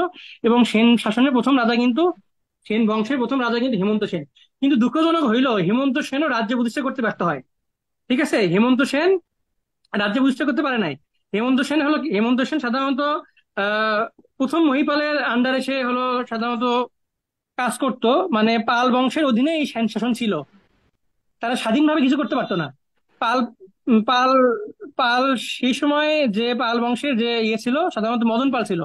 মদন পাল সাধারণত সেই সময় ক্ষমতায় ছিল, তো মদন পাল যে দায়িত্ব দিত হেমন্ত সেন সেটাই করতো। তো হেমন্ত সেনের পরবর্তী পরে বিজয় সেন আসেন। ঠিক আছে। বিজয় সেন হল হেমন্ত সেনের পুত্র। ঠিক আছে। এই বিজয় সেন যখন আসে তখন তার কাছে এটা ভালো লাগতো না, যে পাল রাজারা যাই বলতেছে আমরা তাই শুনতেছি, তাহলে তো হইলো না, আমাদের শাসন তো সেখানে চললো না। তা আমাদের শাসন চলতে গেলে কি করতে হবে? আমাদের গিয়ে পাল বংশের যে শাসক আছে মদন পালকে পরাজিত করতে হবে। তো বিজয় সেন কি করছিল? মদন পালকে পরাজিত করছিল। মদন পালকে পরাজিত করে স্থায়ীভাবে সেন শাসনের রাজ্য প্রতিষ্ঠা করে এবং সেন শাসন প্রতিষ্ঠা করে। ঠিক আছে। ভালো করে কিন্তু শোনেন, বিজয় সেন মদন পালকে পরাজিত করে স্থায়ীভাবে সেন শাসন প্রতিষ্ঠা করে। সেন শাসন প্রতিষ্ঠা করা মানে সেন বংশের রাজ্য প্রতিষ্ঠা করা। বংশ প্রতিষ্ঠা করা কিন্তু আগে কিন্তু সামন্ত সেন করছে, কিন্তু সে রাজ্য প্রতিষ্ঠা করতে ব্যর্থ হয়েছে, কারণ সে পালদের সাথে পারে নাই। হেমন্ত সেনও পারে নাই, পরবর্তীতে বিজয় সেন পারছে। এবং বিজয় সেনকে সেজন্য প্রকৃত প্রতিষ্ঠাতা বলা হয়, এবং তাকে বলা হয় হলো সেন শাসনের প্রতিষ্ঠাতা, সেন রাজ্যের প্রতিষ্ঠাতা। সেন রাজ্যের প্রতিষ্ঠাতা কিন্তু বিজয় সেন, সেন বংশের প্রতিষ্ঠাতা কিন্তু হলো সামন্ত সেন। এখানে কিন্তু কনফ্লিক্ট করা যাবে না। ঠিক আছে। শ্রেষ্ঠ রাজা হলো বিজয় সেন। সে হলো হুগলি জেলার ত্রিবেণীর বিজয়পুরে প্রথম রাজধানী ছিল, দ্বিতীয় রাজধানী ছিল হলো বর্তমান মুন্সিগঞ্জ জেলার বিক্রমপুরে। ঠিক আছে। শেষ হিন্দু রাজা ছিল হলো রক্ষণ সেন, শেষ স্বাধীন হিন্দু রাজা। এখানে কিন্তু খেয়াল করতে হবে, স্বাধীন মানে কি? বিজয় সেন যখন তার নিজের রাজ্য প্রতিষ্ঠা করলো, তার পরবর্তীতে তারা তো স্বাধীন হয়ে গেল। সেই স্বাধীন অবস্থায় লক্ষণ সেন ছিলেন সর্বশেষ হিন্দু রাজা। সেনদের ধর্ম ছিল কি? হিন্দু। সেনরা কিন্তু হিন্দু ছিল। ঠিক আছে। লক্ষণ সেন ছিল সর্বশেষ হিন্দু রাজা, যে 1204 সালে বখতিয়ার খলজির কাছে পরাজিত হয় এবং 1206 সালে মারা যায়। ঠিক আছে, এখান থেকে বিসিএস একটা প্রশ্ন আসছিল, সাধারণত 41 বিসিএস আছে, যে সেন বংশের শেষ রাজাকে। সেখানে কিন্তু সাল উল্লেখ করা ছিল, যে 1230 সাল এখানে উল্লেখ করা ছিল। তো সেন বংশের শেষ রাজা হলো বিশ্বরূপ সেন, হলো 1206 থেকে 1225, এবং কেশব সেন যে সবার শেষ 1225 থেকে 1230। ঠিক আছে, তো প্রশ্ন যদি আসে যে সেন বংশের শেষ রাজাকে, তার উত্তর কিন্তু হবে কেশব সেন। যদি বলে সেন বংশের শেষ স্বাধীন রাজাকে, তাহলে কিন্তু হবে লক্ষণ সেন, কারণ স্বাধীন শব্দের উল্লেখ থাকবে সেখানে। কেশব সেন কিন্তু স্বাধীন না। কৌলিন্য কৌলিন্য প্রথার প্রচলন করছে কে? বল্লাল সেন। বল্লাল সেন হলো বৈষ্ণব ধর্ম গ্রহণ করছিল। এই কৌলিন্য প্রথার কিন্তু মানে সেই সময় অনেক বেশি একটা প্রভাব ছিল। দান সাগর ও অদ্ভুত সাগর বই বই দুটিও হলো আপনার বল্লাল সেনের লেখা, কিন্তু সে বল্লাল সেন শেষ করতে পারে নাই, তার পুত্র লক্ষণ সেন সেগুলো শেষ করছে। কৌলিন্য প্রথা আসলে কি? যে কোনো জাতি, গোষ্ঠী, বর্ণ বা সম্ভ্রান্ত বংশ যারা সামাজিক মর্যাদা ভোগ করে, মানে অনেক উচ্চ বর্গীয় কোনো একটা গোষ্ঠী, যারা ঐতিহ্যগতভাবে নিজেদের সামাজিক অবস্থান এবং কুল পরিচিতি ধরে রাখতে বদ্ধপরিকর। সাধারণত এই ধরনের গুণাবলী দেখা যেত ব্রাহ্মণ পরিবারে। যদিও কায়স্থ এবং বৈদ্যগণ এসব গুণ অর্জন করে তাদের সম্পদ, শিক্ষা, উত্তম ব্যবহার।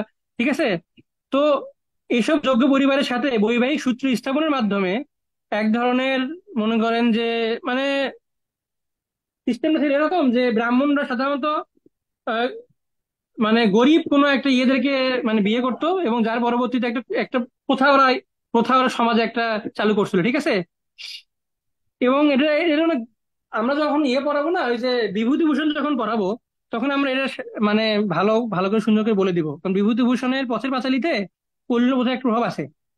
বিজয় সেন কোন ধর্মের অনুসারী ছিলেন? শৈব ধর্মের অনুসারী। তবে সেন বংশে বেশিরভাগ রাজা ছিল হিন্দু ধর্মের, সনাতন ধর্মের। সেন বংশের অধীনেই সমগ্র বাংলা সর্বপ্রথম একক রাজা। ঠিক আছে, সেন বংশের অধীনেই সমগ্র বাংলা সর্বপ্রথম দীর্ঘকাল ব্যাপী একক রাজা হিসেবে ছিল। এটা কিন্তু আসতে পারে পরীক্ষায়। বাংলার ভাই প্রথম মুসলমান ভাই সুলতান হলো একটু বখতিয়ার question খলজি। ছিল ভাই। ভাই হ্যাঁ শৈব বলেন। ধর্ম কি হিন্দু ধর্মের আন্ডারে? শৈব ধর্ম। হ্যাঁ, হিন্দু ধর্মের তো, হিন্দু ধর্ম বলতে তো আসলে কোন ধর্ম না, অ্যাকচুয়ালি সনাতন ধর্ম। সনাতন ধর্মে অনেকগুলো ভাগ আছে, যার মধ্যে আপনার ধরেন শৈব ধর্মে একটা আছে, তারপরে হলো বৈষ্ণব, মানে শৈব ধর্মের মধ্যে আরো কিছু আছে। ঠিক আছে, অনেকগুলো ভাগ আছে সনাতন ধর্মে, আমি সঠিক বলতে পারতেছি না। যারা এখানে, যদি আমাদের এখানে সনাতন ধর্মে কেউ থাকেন, তিনি বলতে পারবেন। অনেকগুলো ভাগ আছে, ঠিক আছে, যার মধ্যে শৈব একটা। শাক্ত ধর্ম মানে আছে ভাইয়া। হ্যাঁ, তো এরকম অনেকগুলো ভাগ আছে ওর মধ্যে, আমি সঠিক বলতে পারবো না এটা, ওটা যারা হিন্দু ধর্মের শিবের উপাসনা করে, যারা হ্যাঁ, শিবের শৈব মানে উপাসনা যারা করে শিবের উপাসনা তাদেরকে। করতো। হ্যাঁ, শৈব মানে হলো যারা শিবের উপাসনা করতো। ঠিক আছে, তাদেরকে শৈব ধর্ম মানে এ বলা হয়তো আর কি। তো বাংলার প্রথম মুসলমান সুলতান হলো বখতিয়ার খলজি, তিনি আফগানিস্তানের নাগরিক ছিলেন। এখানে একটা ইনফরমেশন, মানে গুরুত্বপূর্ণ তথ্য আছে, সেটা হলো বখতিয়ার খলজি হলো জাতিতে তুর্কি, বংশে খলজি, বৃত্তিতে উনি ভাগ্যে সৈনিক। ঠিক আছে, এটা কিন্তু গুরুত্বপূর্ণ। সমগ্র বাংলা একক শাসনাধীনে ছিল হলো সেন আমলে, মানে একক শাসনে ছিল, যেটা হলো বিজয় সেন। বখতিয়ার খলজি বিহার আক্রমণ করছে 1203 সালে। মুসলিম শাসনের সূচনা পর্ব হলো 1206 না, 1204 হবে এটা, 1204 থেকে 1227। এইটা হলো মুসলিম শাসনের সূচনা পর্ব। এটা কিন্তু গুরুত্বপূর্ণ, আমি আবার বলতেছি, এখান থেকে কিন্তু প্রশ্ন হতে পারে। আমরা আপনাদেরকে নোট প্রোভাইড করব, কিন্তু ভালো করে এগুলো যেগুলো বললাম এগুলো কিন্তু খেয়াল রাখতে হবে। ঠিক আছে, এই গেল হলো সেন শাসন।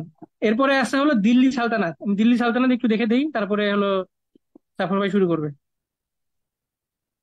দিল্লি সালতানাত এখানে এগুলো বলছি। এখানে হলো এই যে মুসলিম শাসন, বাংলায় মুসলিম শাসনের মধ্যে সেটা হলো আহ, সুলতান মাহমুদ যে 17 বার ভারতবর্ষ আক্রমণ করছিল। ঠিক আছে, মোহাম্মদ বিন কাসিম কিন্তু প্রথম সূচনা করে, কিন্তু মোহাম্মদ বিন কাসিম সূচনা করলেও সে কিন্তু কোনো প্রতিষ্ঠা করতে পারে নাই। ঠিক আছে, এটা প্রতিষ্ঠা করছে কি? মোহাম্মদ ঘুরি হলো, এটা কিন্তু সর্বপ্রথম ভারতবর্ষে মুসলিম শাসন প্রতিষ্ঠা করে, এবং সে কিন্তু তরাইনের যুদ্ধে। ঠিক আছে, মোহাম্মদ ঘুরি কিন্তু প্রথম যখন তরাইন যুদ্ধ হয়, সেটা হলো 1191 সালে, তখন কিন্তু পৃথিবীর চয়নের কাছে কিন্তু সে পরাজিত হয়। এটা নিয়ে একটা ছবি আছে অক্ষয়ের, পৃথিবীর চয়নে একটা ছবি আছে, যে ছবি ফ্লপ। ঠিক আছে, একটা ছবি আছে, এই পৃথিবীর চয়নকে নিয়ে ছবি আছে।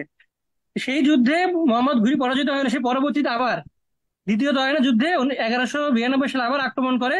যে আক্রমণে সে জয়ী হয়, জয়ী হলে সে ভারতবর্ষে মুসলিম শাসন প্রতিষ্ঠা করে। ঠিক আছে, সর্বপ্রথম। কিন্তু তাকে কিন্তু প্রকৃত ভবিষ্যতে বলা যাবে না। ঠিক আছে, আচ্ছা, তারপরে আমরা আসি হলো এইখানে হলো সুলতান কুতুবুদ্দিন আইবেক। এখানে হলো কুতুবুদ্দিন আইবেক হলো দিল্লি সালতানাত মুসলিম শাসন প্রতিষ্ঠা করছে। দিল্লি সালতানাত হলো কুতুবুদ্দিন আইবেক। কুতুবুদ্দিন আইবেক ছিল কে? মোহাম্মদ ঘুরি কৃতদাস। ঠিক আছে, মোহাম্মদ ঘুরির কৃতদাস ছিল হলো কুতুবুদ্দিন আইবেক। মোহাম্মদ ঘুরির আহ গোড়াপত্তন করেন কুতুবুদ্দিন আইবেক। মোহাম্মদ ঘুরি দিল্লিতে মুসলিম শাসনের গোড়াপত্তন করেন দিল্লিতে কিন্তু মুসলিম শাসনের সূচনা করছে কে? কুতুবুদ্দিন আইবেক। উপমহাদেশে ইসলামী মুসলিম শাসনে দেখেন মুসলিম শাসন প্রতিষ্ঠা করলো কে?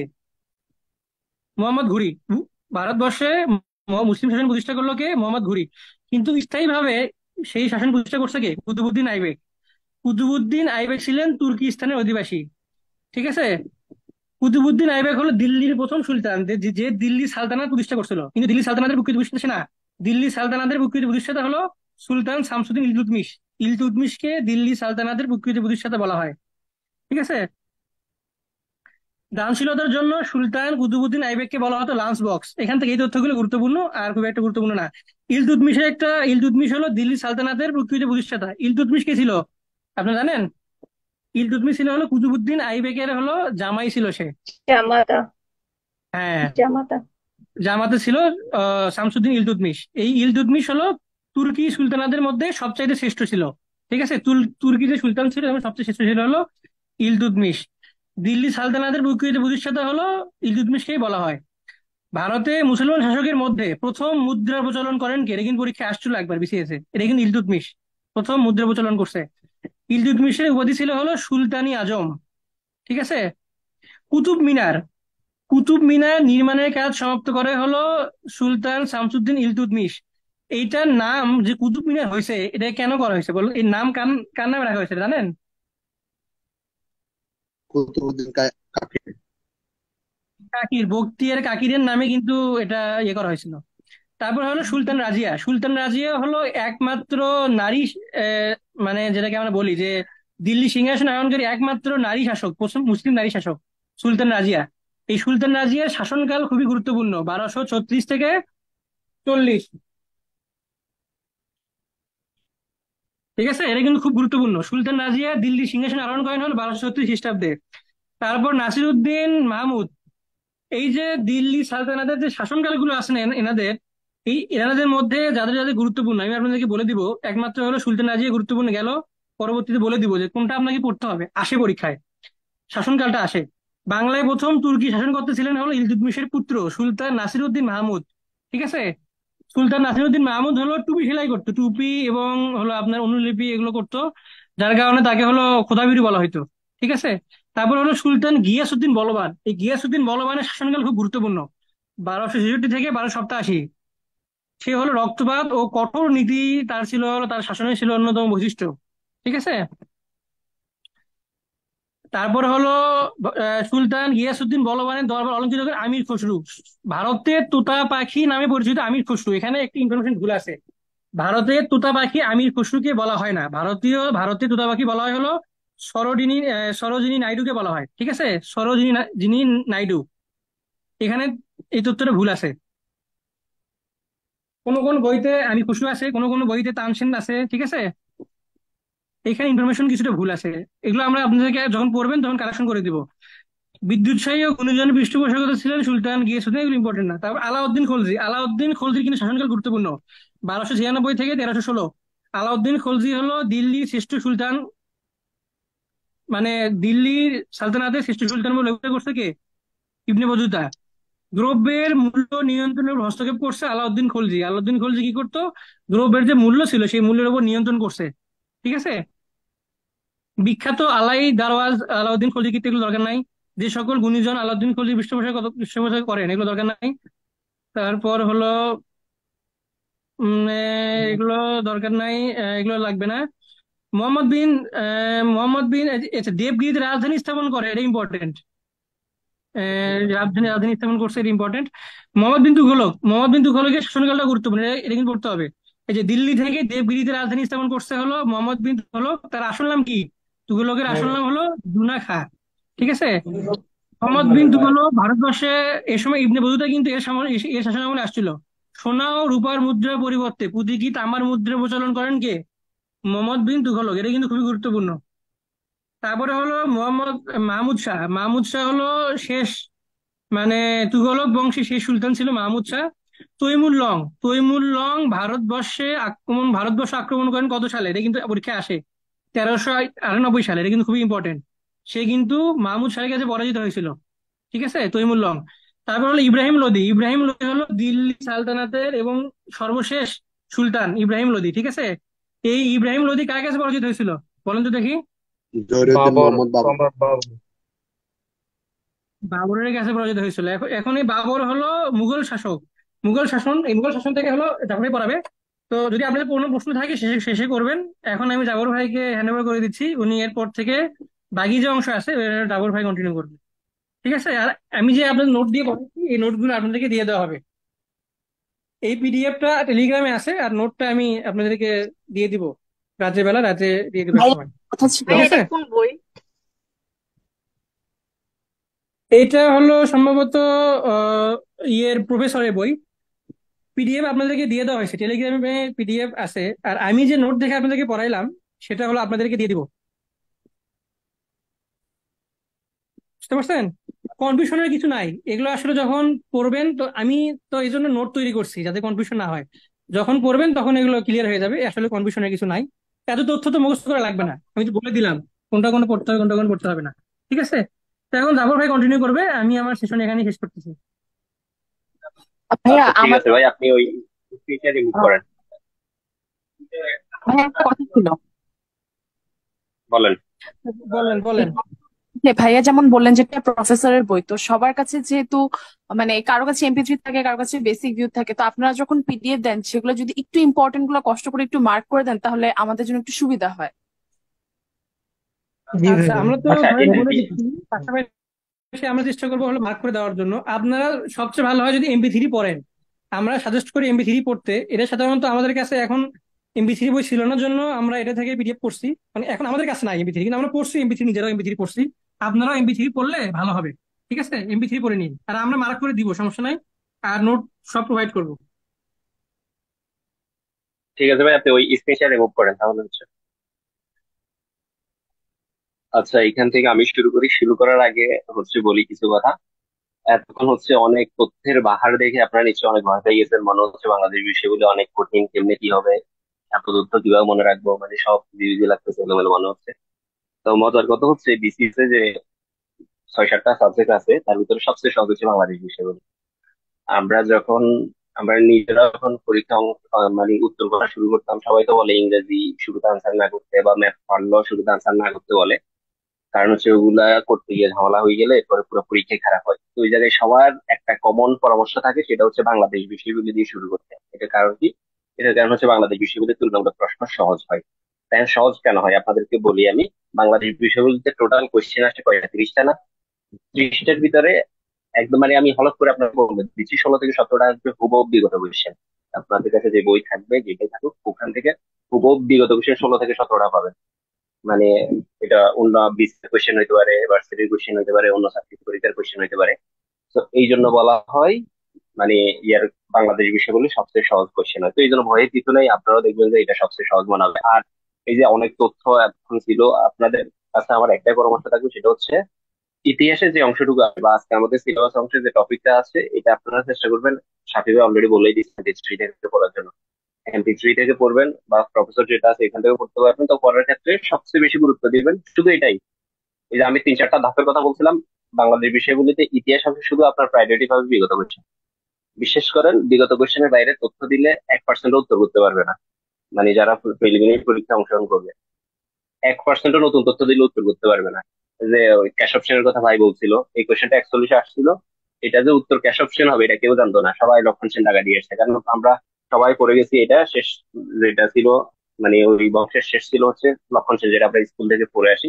কিন্তু যখন একটু পরিবর্তন করে দিল ক্যাশ অপশন, এটা আর কেউ পারে নাই। তার মানে ইতিহাস অংশ থেকে যদি নতুন কোনো তথ্য আসছে, নতুন কোনো কোয়েশ্চেন হয়, এটা 1%ও সঠিক উত্তর দিতে পারবে না। তো এটা ভয়ের কিছু নাই। আর এখান থেকে কোয়েশ্চেন আসলো মোটামুটি বিগত থেকেই হবে।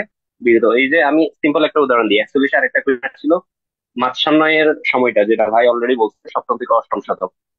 তো এটা এর আগে অলরেডি ঢাকা ইউনিভার্সিটিতে একটা ভর্তি পরীক্ষার প্রশ্নটা আসছিল। তো আসার পরেও সেম প্রশ্ন যখন 41 আরেকবার আসছে, তখন এটা সবাই কনফিউজ, সপ্তম হবে নাকি অষ্টম হবে নাকি ষষ্ঠ, সপ্তম যত কোশ্চেন নিয়ে আপনি কনফিউজ হয়ে গেছেন, আপনি নতুন তথ্য আর কি মনে রাখবেন।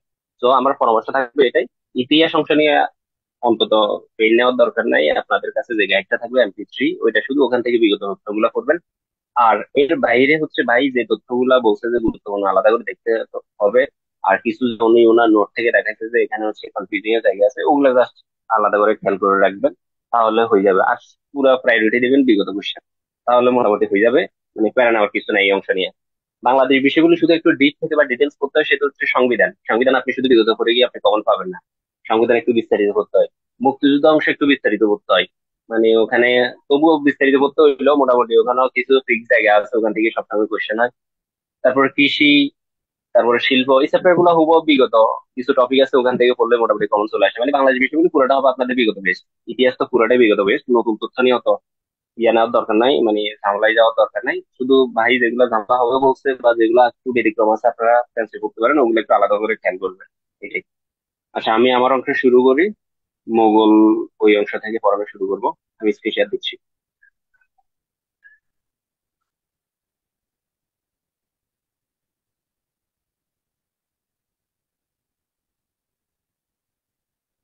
এখানে হচ্ছে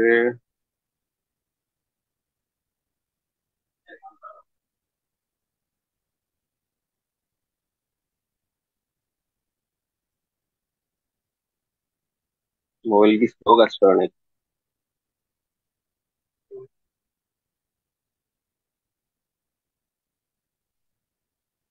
এই যে বাংলায় মোগল শাসন, তো অলরেডি বলেই দিছে যে বাংলায় মোগল শাসন শুরু করছে গিয়ে, শুরু হয়েছে এই যে মোহাম্মদ জহিরুদ্দিন মোহাম্মদ বাবর, যিনি আছে ওনার মাধ্যমে।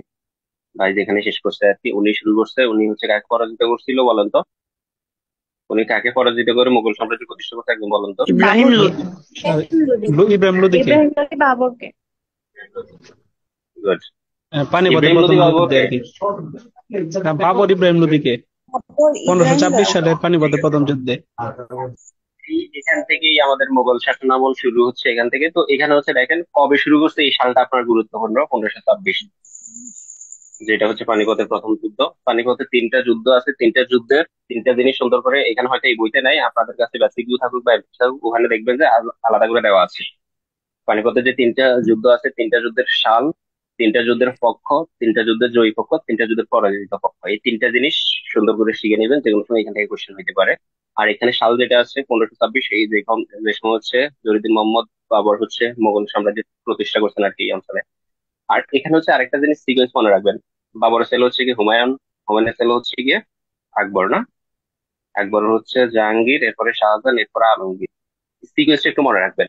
আমরা পড়তে গিয়ে ঝামেলা হয়ে যায়, মানে কার পরে কে কার পরে কে, এটা একটু ঝামেলা হয়ে যেতে পারে। তো এটা আপনারা আপনাদের মতো টেকনিক দিয়ে মনে রাখবেন।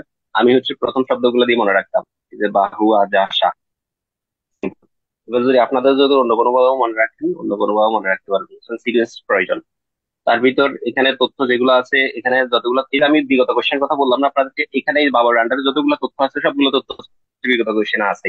এখানে হয়তো লাইন আকারে দিচ্ছে, যেটা ডাইজেস্টে বা বইগুলোতে যেভাবেই থাকে, কিন্তু আপনি অপশন সহকারে হচ্ছে বিগত কোশ্চেন ওখানে পাবেন।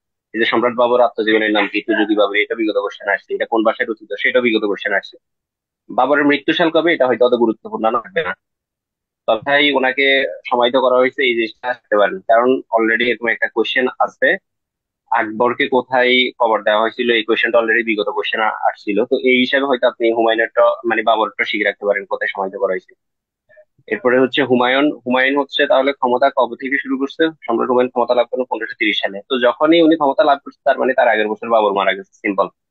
ওখান থেকে আপনি ধরে রাখতে পারেন। তবে হুমায়ুন স্মুথলি শাসন কন্টিনিউ করতে পারেন নাই, উনি হচ্ছে ওনাকে শেরশাহ আক্রমণ করার কারণে উনি প্রথমত ওই যে 1500 শেরশাহ একবার আক্রমণ করছে, করে ক্ষমতাটা নিয়ে নিয়েছিল, বুঝছেন? নিয়ে নেওয়ার পরে এই যে উনি কোন রকম প্রাণে ফিরে দিল্লি পৌঁছেন, পরবর্তীতে আবার এই ক্ষমতাটা 1555 সালে হচ্ছে ফেরত আসছিল আবার মুঘলদের কাছে। তাহলে এই যে 1539 থেকে যে 1555, তার মানে এই সময়টা মুঘলদের কাছে ছিল না, মানে হুমায়ুনের কাছে ছিল না, কার কাছে ছিল? সেটা হচ্ছে এই যে সুর শাসন, ওই সময়টাকে আমরা বলবো সুর শাসন। সুর শাসনের ভিতরে শুরুটা করছিল কে? শেরশাহ। সিকুয়েন্স গুলো মনে রাখতে হবে। শুরু করছিল শেরশাহ, এর ভিতরে আরো সুর শাসনের কয়েকজন শাসক ছিল, তিনজনের নাম আমরা জানি। এই যে মোহাম্মদ শাহ আদিল, তারপরে হচ্ছে ইব্রাহিম শাহ, সিকান্দার শাহ সুর। এই তিনজন হচ্ছে এই যে মাঝের এই সময়টা, যখন হুমায়ুন থেকে নিয়ে নেওয়া হয়েছিল ক্ষমতাটা, এই মাঝের সময়টা সুর শাসনে এরা শাসনটা করছিল। তো এখানে কয়েকটা তথ্য হয়তো মানে রাখতে পারেন।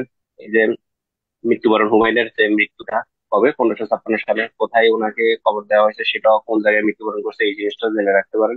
সুশাসনের কিছু তথ্য আছে, এগুলো একটু করে রাখতে পারেন। দেখেন, টোটাল 3 জনের নাম তো অলরেডি বলে ফেলছি, ওনাদের শাসন আমল এগুলা লাগবে না, অত গুরুত্বপূর্ণ না। তবে শেরশাহের মৃত্যুর পর সিংহাসন তার কনিষ্ঠ পুত্র জালাল খাঁ, এটা একটু জেনে রাখতে পারেন।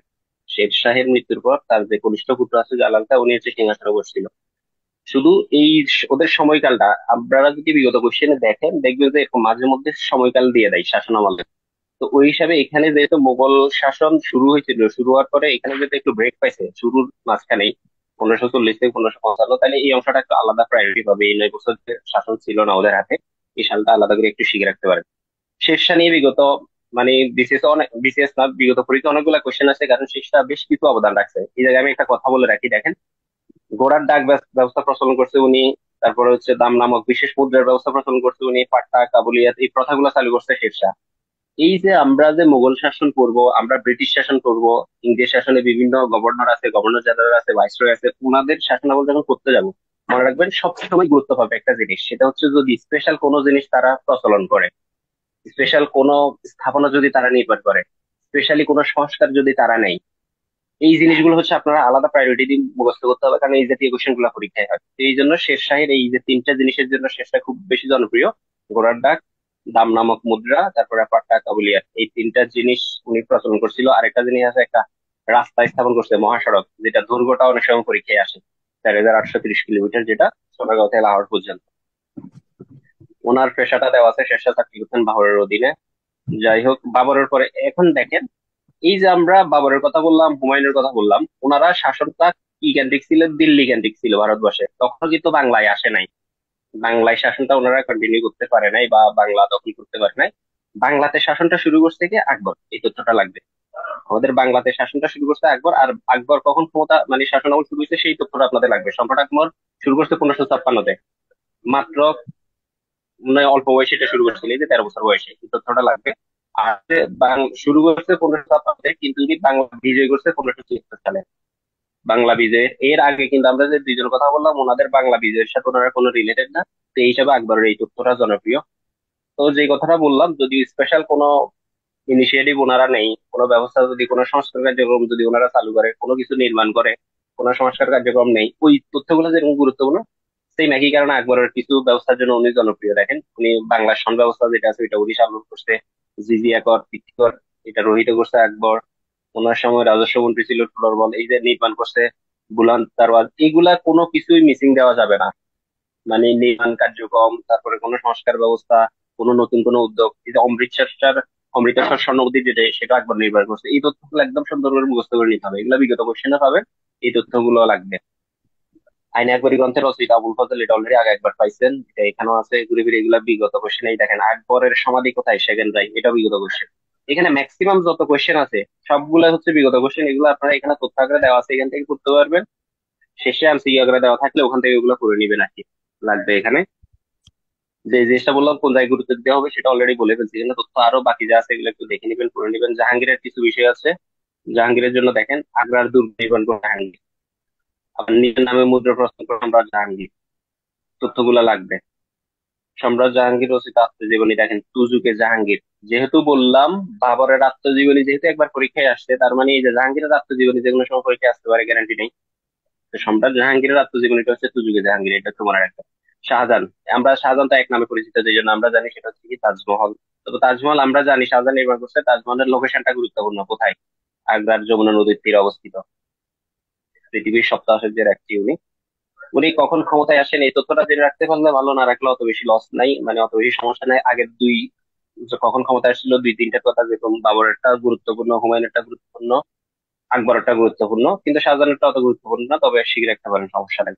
আর এই যে দেখেন, সম্রাট শাহজাহান নির্মিত সিংহাসনের নাম হচ্ছে ময়ূর সিংহাসন। এই ময়ূর সিংহাসন, এটা যদিও পরে চুরি হয়ে গেছিল, এটা আমরা সামনে পাবো। এই ময়ূর সিংহাসন কে নির্মাণ করছে? তারপরে দিল্লিতে অবস্থিত লাল কেল্লা নির্মাণ কে করছে? এই যে নির্মাণ, আবার বলতেছি, নির্মাণ, নতুন কোনো উদ্যোগ, নতুন কোনো সংস্কার কার্যক্রম, এই জাতীয় যত কিছু আছে এগুলো আপনাদের জন্য মোস্ট মোস্ট ইম্পর্টেন্ট। তারপরে লাহোরের শালিমার উদ্যান নির্মাণ করছে, এগুলো সব হচ্ছে শাহজাহান। বেশিরভাগই জনপ্রিয় নির্মাণ যেগুলো আছে এগুলো সবগুলো শাহজাহান। অনেক সময় এরকম এই কথাটা এটা একটা কাজে লাগাইও আপনি অনেক প্রশ্নের উত্তর দিয়ে দিতে পারবেন, যে এই জন্য দেখেন এই কথাটা যে বললাম, জনপ্রিয় যত নির্মাণ আছে এই নির্মাণগুলোর নির্মাতা হচ্ছে শাহজাহান, এই তথ্যটা আমি জানতাম মানে যখন প্রস্তুতি নিচ্ছিলাম। তো একবার কোথায় জানি এই কোয়েশ্চেনটা আসছিল, প্রিন্স অফ বিল্ডার্স কাকে বলা হয়, এই নামে খ্যাত কে।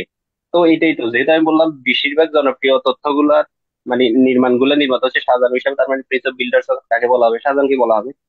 তো এই কোশ্চেনটা না মানে এরকম একটা কি একটা আমার স্পেসিফিক মনে নেই, কোনো একটা চাকরির পরীক্ষায় এরকম একটা নির্মাণের নাম আসছিল মানে, কিন্তু ওই তথ্যটা আমি জানতাম না কার। আমি জানতাম যে নির্মাণের জন্য বিখ্যাত হচ্ছে শাহজাহান, এই লজিকটা কাজে লাগায় দাগাই দিয়েছি বাসায়, সেটা কিন্তু হয়ে গেছে। মনে রাখবেন এটা। আওরঙ্গজেবের কিছু বিষয় আছে দেখেন, ফতোয়ায়ে আলমগীর রচনা করেন ও জিজিয়া কর পুনর্স্থাপন করছে সম্রাট আওরঙ্গজেব। তারপরে আওরঙ্গজেবের শাসনামলে বাংলা শাসন করতেছিলেন 60 টাকা। এই কিছু তথ্য আছে, তথ্যগুলো। আর আওরঙ্গজেব তো আমরা জানি, ওই যে আমরা শিক্ষাগুরুর মর্যাদা নামে মনে হয় একটা কবিতা ছিল না, বাদশাহ আলমগীরকে নিয়ে, যে ওই হচ্ছে যে আলমগীর, আওরঙ্গজেব সম্রাট আলমগীর যিনি আছেন উনি হচ্ছে উনি। আর দেখেন এখানে 4 পুত্র ছিল, ওনার পুত্র সবগুলোর নাম দরকার নেই। দারা, তারপরে মুরাদ, সুজা, এগুলো বিগত কোশ্চেনে আছে। দারা, তারপরে সুজা, মুরাদ, এরকম একটা কোশ্চেনও বিগততে আছে। শাহজাহানের মানে পুত্র নয় কে, সম্রাট শাহজাহানের স্ত্রী মানে সম্রাট শাহজাহানের পুত্র নয় কে, কয়েকটা প্রশ্ন পাবেন। তো এই লাগবে ওইটাতে, শাহজাহান নামে রাখতে হবে। তার পুত্র আওরঙ্গজেবকে যোগ্যতা স্বীকৃতি স্বরূপ প্রদান করেন আলমগীর নামক তরবারি। তাহলে এই আলমগীর নামক তরবারি কে দিছে, সম্রাট শাহজাহান তার পুত্র আওরঙ্গজেবকে। এরপরে দেখেন এই যে বললাম একটা জিনিস শুরু হয়ে গেছিল, এই যে ময়ূর সিংহাসন। ময়ূর সিংহাসন এটা নির্মাণ কি করছে বলেন তো? একটু আগে বললাম ময়ূর সিংহাসন কি নির্মাণ করছে বলেন তো এই দেখি, খেয়াল সিংহাসন করছেন কিনা। সম্রাট শাহজাহান নির্মাণ করছে। শাহজাহান। শাহজাহান। এই যে সেটা আবার চুরি হয়ে গেছে, চুরি হয়ে যায়, এটা এখন কোথায় আছে? জি স্যার, ইরানে আছে। এটা চুরি হয়ে- চুরি হয়ে গিয়ে স্যার ওই যে ইসে আছে, ইরানে আছে। ইরানে আছে, হ্যাঁ। তো তারা লাগবে। পারস্যের রাজা নাদির নাদির শাহ শাহ, ভারত নাদির আক্রমণ শাহ করেন। নিয়ে গেছে। নাদির শাহ নিয়ে গেছিল। নাদির শাহ নামে একজন এম্পায়ার ছিল মনে হয় সম্ভবত বাংলাদেশে, না? বাংলাদেশে না, পাকিস্তান এই নামের একজন এম্পায়ার ছিল, উনি মনে হয় নিযুক্ত হয়েছিল পরে কোনো একটা কার্যক্রম। তো এই যখন নাদির শাহ নামটা আমাদের এখান থেকে সব চুরি করে নিয়ে চলে গেছিল। কি কি চুরি করছে দেখেন, কোহিনূর মেনি, ময়ূর সিংহাসন, আরো এরকম প্রচুর মূল্যবান জিনিসপত্র, রংযন্ত্র সব নিয়ে চলে গেছে। উনি ছিলেন আবার কি, আহমেদ শাহ আবদালী যিনি ছিলেন, উনি ছিলেন নাদির নাদির শাহ জিনার যার কথা বলবো না, সেনাপতি। এই যে দেখেন 1761 সালে পানিপথের তৃতীয় যুদ্ধ কোথায় হয়েছে, দিল্লির অদূরে পানিপথ নামক একটা স্থান আছে, এটা নিয়ে যদিও ইন্ডিয়াতে মুভি আছে তাও, পানিপথের তৃতীয় যুদ্ধ নিয়েও। যেটা বললাম শুরুতে, 3টা যুদ্ধ সাল শিখবেন, 3টা যুদ্ধ কোথায় হয়েছে এটা শিখবেন, 3টা যুদ্ধের পক্ষকে এটা শিখবেন, 3টা যুদ্ধে বিজয়ীকে পরাজিতকে, এটা বইগুলাতে খুব সুন্দর করে এগুলো দেওয়া আছে, করে নেবেন এগুলা। সবশেষ এই যে কোশ্চেনটা হয়, মোগল সম্রাট, সবচেয়ে শেষ মোগল সম্রাট কে ছিলেন? দ্বিতীয় বাহাদুর শাহ। উনি কোথায় নির্বাসন হয়েছে, কোথায় মারা গেছে, এই তথ্যগুলো বিগত পরীক্ষায় আসছে। ইয়াঙ্গুন, ইয়াঙ্গুন কোথায় বলুন তো? মায়ানমার। মায়ানমার। ইয়াঙ্গুন মায়ানমারে। উনি ওখানে ওনাকে ওখানে নির্বাসন দেওয়া হয়েছে, এরপর ওখানে মারা গেছে। তারপরে শেষ মোগল সম্রাট হচ্ছে দ্বিতীয় বাহাদুর শাহ। এই যে মোগল বংশের এখানে ইয়েটা দেওয়া আছে, তবে সবগুলো লাগবে না। দেখেন বাবরের যে 4টা সন্তানের নাম এখানে দেখাচ্ছে, হুমায়ুন, কামরান, হিন্দুল, আকসারি, বাকিগুলা লাগে না, শুধু হুমায়ুনটা লাগবে। তারপরে আকবর, মানে যেগুলো আমরা জনপ্রিয় জানি। তবে আকবরের এখানে আবার এই যে শাহজাহানের 4টা যেটা, এটা পরীক্ষায় আসছে হিসাবে লাগতে পারে। এই যে দারা, সুজা, মুরাদ, এটা বিগত কোশ্চেন আসছে ওই হিসাবে শাহজাহানের তার নাম একটু শিখিয়ে রাখবেন। এগুলো যদি অত জনপ্রিয় না, শুধু আওরঙ্গজেবকে আমরা এখানে মুঘল সম্রাট হিসেবে শিখছি, তবে বাকিগুলো শিখে রাখবেন, এগুলো যা আওরঙ্গজেবের ভাই অথবা শাহজাহানের সন্তান। বাকি এখানে নতুন নাম যেগুলো দেখা যাচ্ছে এগুলো অত কষ্ট করে মুখস্থ করা শেখার দরকার নেই।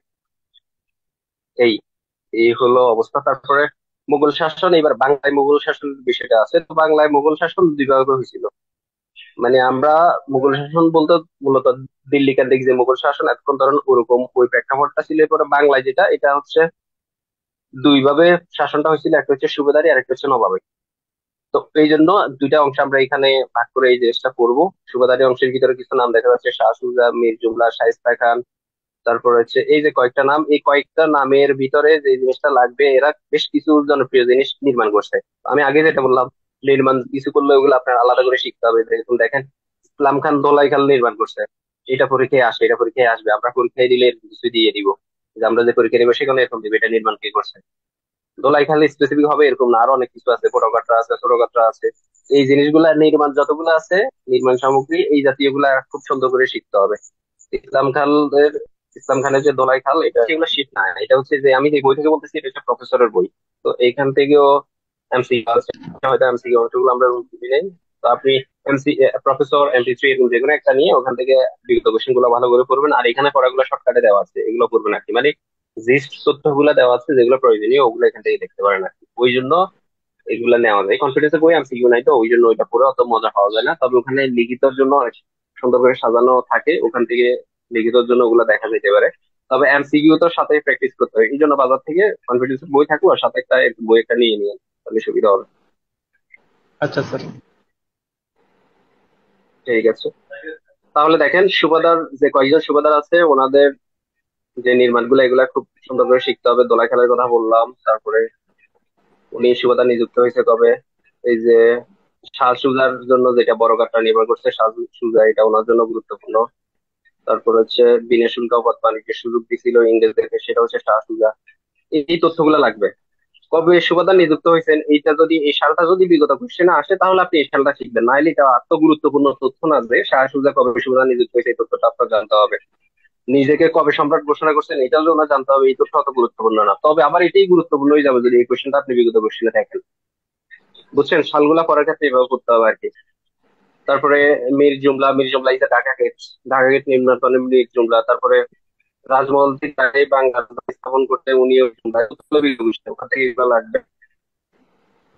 এরপরে ওনাদের থেকে সুভাষ আবার কত গুরুত্বপূর্ণ এর মুখস্থ করার দরকার নেই। আবার বিভিন্ন লেখা যদি আসে তখন আবার এটা মুখস্থ করবে। আশা করি আমি particular এভাবে মুখস্থ করবে। কারণ এর আগে অলরেডি কতগুলা যে মুসলিম শাসন ব্যবস্থা যখন দেখছেন ওখানে অসংখ্য সাল আছে, আপনি এত সাল শিখতে পারবেন না। সাল বিগত কোশ্চেনে দেখবে যে অত বেশি সাল আসে নাই, সর্বশেষ একটা ওই 40তম বিসিএস এ কোন একটা সুলতানের মনে হয় শাসন আমলে এরকম একটা পরীক্ষা আসছিল। তবে ওইরকম একটা হয়তো আসবে বা আসবে না, ওইটা দেখা যাবে। 40তম বিসিএস যারা দিছিল ওদের যদি আমরা খবর নিয়ে দেখি, দেখবো যে ওখানে 90% বা 95% আনসার করতে পারে না। তো ওইটা নিয়ে এখন ওই এরকম একটা আসবে, ওই জন্য আমি বসে বসে সব সাল মুখস্থ করবো, এটা হবে যে বৃথা কাজ। তো যদি মুখস্থ রাখতে পারেন তাহলে ওয়েলকাম, যারা রাখতে পারেন ওটা আলাদা কথা। তবে আবার যে সালগুলো বিগত থাকবে 40তমতে যেটা আসছে ওইটা আপনার এখন মুখস্থ করে রাখতে হবে, কারণ সামনে আবার যে কোনো সময় দিয়ে দিতে পারে। তো এরকম সালগুলো একটু গুরুত্বপূর্ণ দেখে ওই হিসাব করে শিখবেন আর কি। দেখেন, ঢাকায় ছোট কাটরা হোসেনি দালাল এবং লালবাগের দুর্গ নির্মাণ করছে শায়েস্তা খান। এখন বলেন বড় কাটরাকে নির্মাণ করছে শাহ সুজা। শাহসুজা। এই যে এখানে দেখলাম বড় কাটরা নির্মাণ করছে শাহ সুজা, আর ছোট কাটরাকে শায়েস্তা খান। শায়েস্তা খান। এই যে ঢাকার ছোট কাটরা। আর খুবই জনপ্রিয় একটা তথ্য যেটা আমরা ছোটবেলা থেকেই জানি, ঢাকায় 8 মণ চাল পাওয়া যেত কার আমলে, শায়েস্তা খান নামটা বলে। খুবই জনপ্রিয় তথ্য। শায়েস্তা খান চট্টগ্রাম দখল করে এর নাম রাখেন ইসলামাবাদ। এটা ওই যে কিছু জায়গার নাম যে ভিন্ন নামে পরিচিত, ওখানে এই তথ্যটা থাকে। ইসলামাবাদ হচ্ছে চট্টগ্রামের আরেকটা নাম। এই তথ্য ওখান থেকে শিখবেন। এই ছাড়া এখানে ওই যে তথ্যগুলা মানে গুরুত্বপূর্ণ যেগুলো, এগুলো দেখে নেবেন। গুরুত্বপূর্ণ কেন বুঝবেন সেটা তো বুঝতে পারছেন। আইদার বিগত কোশ্চেন আসতে হবে, অথবা হচ্ছে কোনো কিছু নির্মাণ করছে, অথবা নতুন কোনো উদ্যোগ গ্রহণ করছে। এই জিনিসটা খেয়াল করে আপনারা তথ্যগুলো শিখবেন। বারো ভূঁইয়ার এই বিষয়টা একটু লাগবে। বারো ভূঁইয়ারা হচ্ছে এই যে সুবেদারদেরকে মানে বাংলায় মোগলদেরকে শান্তি মতো মানে শাসন করার ওই সুযোগটা দিচ্ছিল না, সেটা হচ্ছে বারো ভূঁইয়ারা। ওরা মানে তাদেরকে একটু পেরেশানিতে রাখছিল। আর বারো ভূঁইয়া বলতে স্পেসিফিক কোনো 12 জন না, এটা হচ্ছে একটা নির্দিষ্ট সংখ্যক গোষ্ঠী মিলে হইতে পারে। তবে সবচেয়ে উল্লেখযোগ্য বারো ভূঁইয়া হচ্ছে, সে হচ্ছে কি ইসাকা, তার পুত্র হচ্ছে মুসাকা। এখান থেকে একটা কোশ্চেন 40তম বিসিএস এ সম্ভবত 40 অথবা 41 একটা কোশ্চেন আসছিল। মানে নাম দিয়ে দিছিল, নামটা কোনটা আমার মনে আছে কিনা দেখি। ওর নাম এখানে কি দেখা যাচ্ছে, এই প্রতাপাদিত্য। প্রতাপাদিত্য কোয়েশ্চেনটা একদম ছিল প্রতাপাদিত্য কে। অপশন অনেকগুলো জিনিস ছিল, তার ভিতরে একটা অপশন ছিল বারুইয়া। সো এরকম একটা কোয়েশ্চেন যেটা একবার আসছে সামনে চলে আসতে পারে। তো যখন বলছিলাম নির্বাচিত পদের কবি নয়, এটা যে দিতে পারি এরকম, কে নিজে বারুইয়া নয়, এই প্রশ্নের উত্তর দেওয়ার জন্য আপনি বারুইয়া গুলার নাম শিখে রাখতে হবে। আর এটা গুরুত্বপূর্ণ কেন হয়েছে, কারণ অলরেডি একটা কোয়েশ্চেন আসছে। তো এটা আপনারা ভালো করে শিখতে হবে। আরেকটা জিনিস হচ্ছে কিছু একটু গুরুত্বপূর্ণ, মানে ওনারা কোন অঞ্চলের বারবিয়া ছিল এরকম একটা কোশ্চেন অনেক সময় চলে আসতে পারে। তো তাই বলে হয়তো সবগুলো আপনার মনে নাও থাকতে পারে, একটু গুরুত্বপূর্ণ যে জায়গাগুলো নামগুলো একটু ফেমাস, ওগুলো একটু দেখতে পারেন। এই যে বিক্রমপুর, মুন্সিগঞ্জ, তারপরে সিলেট, নোয়াখালী, বরিশাল, ফরিদপুর, এগুলো একটু দেখে রাখতে পারেন। এই বরিশালের আরেক নাম হচ্ছে চন্দ্রদ্বীপ, এই তথ্যটা লাগে যেটা বললাম একটু আগে। যে কিছু জায়গার নাম ভিন্ন ভিন্ন নাম করতে এই তথ্যগুলো পরীক্ষা অনেক সময় আসে।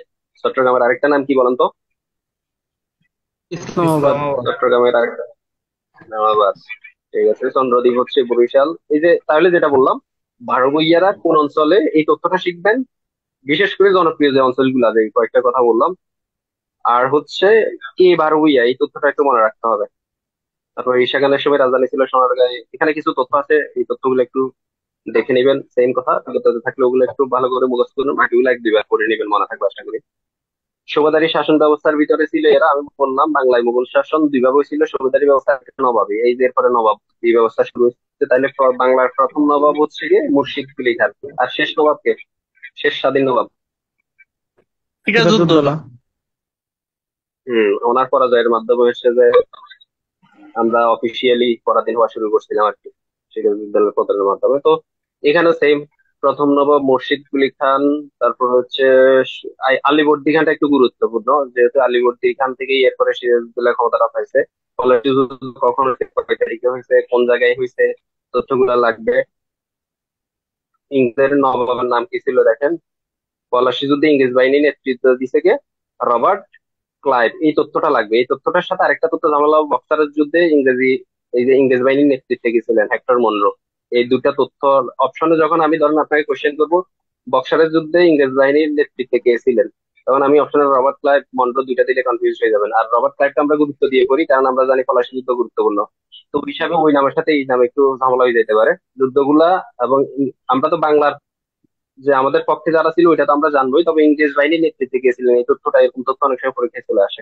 তাহলে এখানে দেখবেন অত বিস্তারিত ডিটেলস তথ্য যতগুলো আছে এগুলো লাগবে না, ওনাদের শাসন আমলও করার দরকার নাই। তবে আপনি নবাবটা পুরো রাখতে পারেন। হ্যাঁ, উনি কবে ক্ষমতায় আরোহণ করছে, এই যে 23 বছর বয়সে 1756 সালে, কতদিন ছিল, যুদ্ধ কবে হয়েছিল, কোন জায়গায় হয়েছে, পলাশী প্রান্ত যেটা বাঁকুড়া নদীর তীরে, এগুলো লাগবে। ওনার কবর কোথায় আছে, এই তথ্যগুলো লাগবে। বাকিগুলো হচ্ছে এখানে যে যতগুলো দেখা যাচ্ছে, মুর্শিদ কুলি খান, সুজাউদ্দিন খান, সফরত খান, এগুলো হচ্ছে এখানে যদিও জিস্ট কনফ্লিক্ট তথ্যগুলো দিচ্ছে, এগুলো একটু দেখবেন। সাথে হচ্ছে বিগত কোশ্চেন যেগুলো আছে আপনার বইয়ের শেষে, ওই তথ্যগুলো মূলত ভালো করে মুখস্থ করবেন।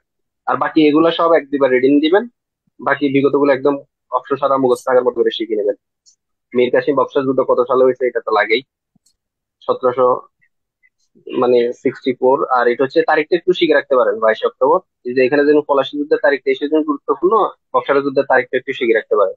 দেখেন কিছু জায়গায় আমরা সাল মুখস্থ করতে নাও বলতেছি, আবার কিছু জায়গায় তারিখ সহ মুখস্থ করতে বলতেছি। এই প্রায়োরিটিটা আপনি ধরতে হবে। আপনার টপিকটা কিরকম গুরুত্বপূর্ণ, টপিক থেকে কোয়েশ্চেন কিরকম হয়, ওই অনুসারে আপনি প্রায়োরিটি সেট করতে হবে, এখান থেকে আমার কোয়েশ্চেন হইতে পারে কিনা। তো এই জন্য বললাম পলাশী যুদ্ধের সাল তারিখ দুইটাই লাগবে, বক্সারের যুদ্ধের সাল তারিখ দুইটাই লাগবে, সুন্দর করে করে নেবেন। দুই জায়গারই হচ্ছে ইংরেজ বাহিনী নেতৃত্বে গেছিল, এই তথ্যটা লাগবে। বাকিগুলো এক দুবার রিডিং করবেন, বাকি যা তথ্য আছে। উপমহাদেশের ইংরেজদের ইউরোপীয়দের আগমন, তো ইউরোপীয় প্রথমত হচ্ছে দেখেন কে কত সালে আসছে, এই তথ্যগুলো লাগবে।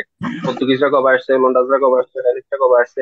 এখানে একটা ঝামেলা আছে দেখেন, আমি একটা জায়গায় ক্লাস রাখতাম, আমার ডাচ, ড্যানিশ, ওলন্দাজ, এই তথ্যগুলা মানে তাদেরকে ডাচ বলা হয়, কাদেরকে নেদারল্যান্ডসে যারা ছিল তাদেরকে ড্যানিশ বলা হয়, কাদেরকে ডেনমার্কের যারা ছিল ওদেরকে বলা হয় ড্যানিশ। মানে এই শব্দগুলা কাছাকাছি, তো এই জন্য এখানে একটা ক্লাস লাগে। আর কত সালে আসছিল ভারতবর্ষে, এই তথ্যগুলো লাগবে। এই যে প্রথমে আসছে পর্তুগিজরা 1516 সালে, তারপরে হচ্ছে ওলন্দাজরা 1602, এই সালগুলো মুখস্থ করতে হবে। এখানে যে সালগুলো আছে আবার এই সবগুলো সাল মুখস্থ করতে হবে আপনাদের।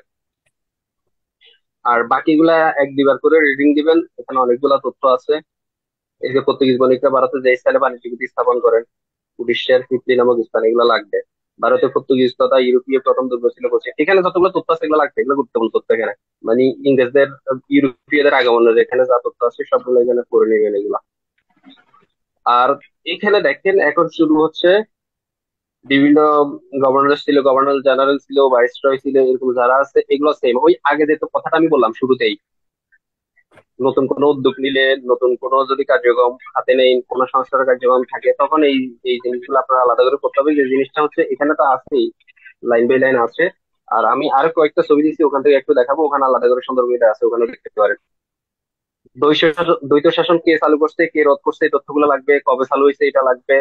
76-এর মন্বন্তর, এই যে দেখেন 76-এর মন্বন্তর, বাংলা হচ্ছে 176, ইংরেজি হচ্ছে 1770। আমরা প্রশ্ন দিয়ে রাখবো 76 মন্বন্তর কবে হয়েছে, অপশনে দিয়ে রাখবো 1776, 1170, তখন ঝামেলা বেঁধে যাবে। ঝামেলা বাঁধার সুযোগ নাই, এগুলা ক্লিয়ার করে করতে হবে বাংলা কত সালে ইংরেজি কত সালে। তারপরে যেটা বললাম 76 মন্বন্তরের সময় বাংলার গভর্নর কে ছিলেন, কার্টিয়ার, বিগত কোয়েশ্চেন এগুলা মানে এটা শিখে রাখতে হবে এগুলো সব। তো এখান থেকেও গুরুত্ব অনুসারে বিগত কোয়েশ্চেন গুলা ভালো করে পড়বেন। এর বাইরেও অনেকগুলা উদ্যোগ আছে, অনেকগুলা এই কার্যক্রম আছে যেগুলো বিজ্ঞাপনে আসে নাই, কিন্তু এগুলো আপনাদের শিখে রাখতে হবে। তো এটা আমি এই অংশটা দেখাই এখান থেকে দেখেন। এই যে এখানে কিছু ছবি দিলাম দেখেন। প্রথমে হচ্ছে এটা একটু মনে হয় ঝাপসা দেখা যাচ্ছে, আপনারা খাতায় তুলে নিতে পারেন, মানে এখান থেকে ছবি থেকে দেখে মোটামুটি বোঝা গেলে তো তুলে নিতে পারবেন। দেখেন, প্রথম গভর্নর কে, শেষ গভর্নর কে, প্রথম গভর্নর জেনারেল কে, শেষ গভর্নর জেনারেল কে, প্রথম ভাইসরয় কি, শেষ দেখা ভাইসরয় কে। যাচ্ছে না ভাইয়া। সুন্দর। ভাই কোনো কিছু দেখা যাচ্ছে না। সবচেয়ে যাবো ভাই, স্ক্রিনটা অন্ধকার দেখা দেখা যাচ্ছে। যাচ্ছে না না? স্ক্রিনে আসে নাই ভাই। অন্ধকার দেখা দেখা যাচ্ছে, যাচ্ছে না? দেখা যায় না। আচ্ছা, আপনারা টেলিগ্রাম গ্রুপে যান তো। টেলিগ্রাম গ্রুপে গিয়ে ছবি যে দিছি ওগুলো একটু খেয়াল করেন। প্রথম ছবিটা একটু হাতে নেন, দেখা যাচ্ছে কিনা একটু যান, আমার স্ক্রিনে হয়তো দেখা যাচ্ছে না। গেছেন টেলিগ্রামে?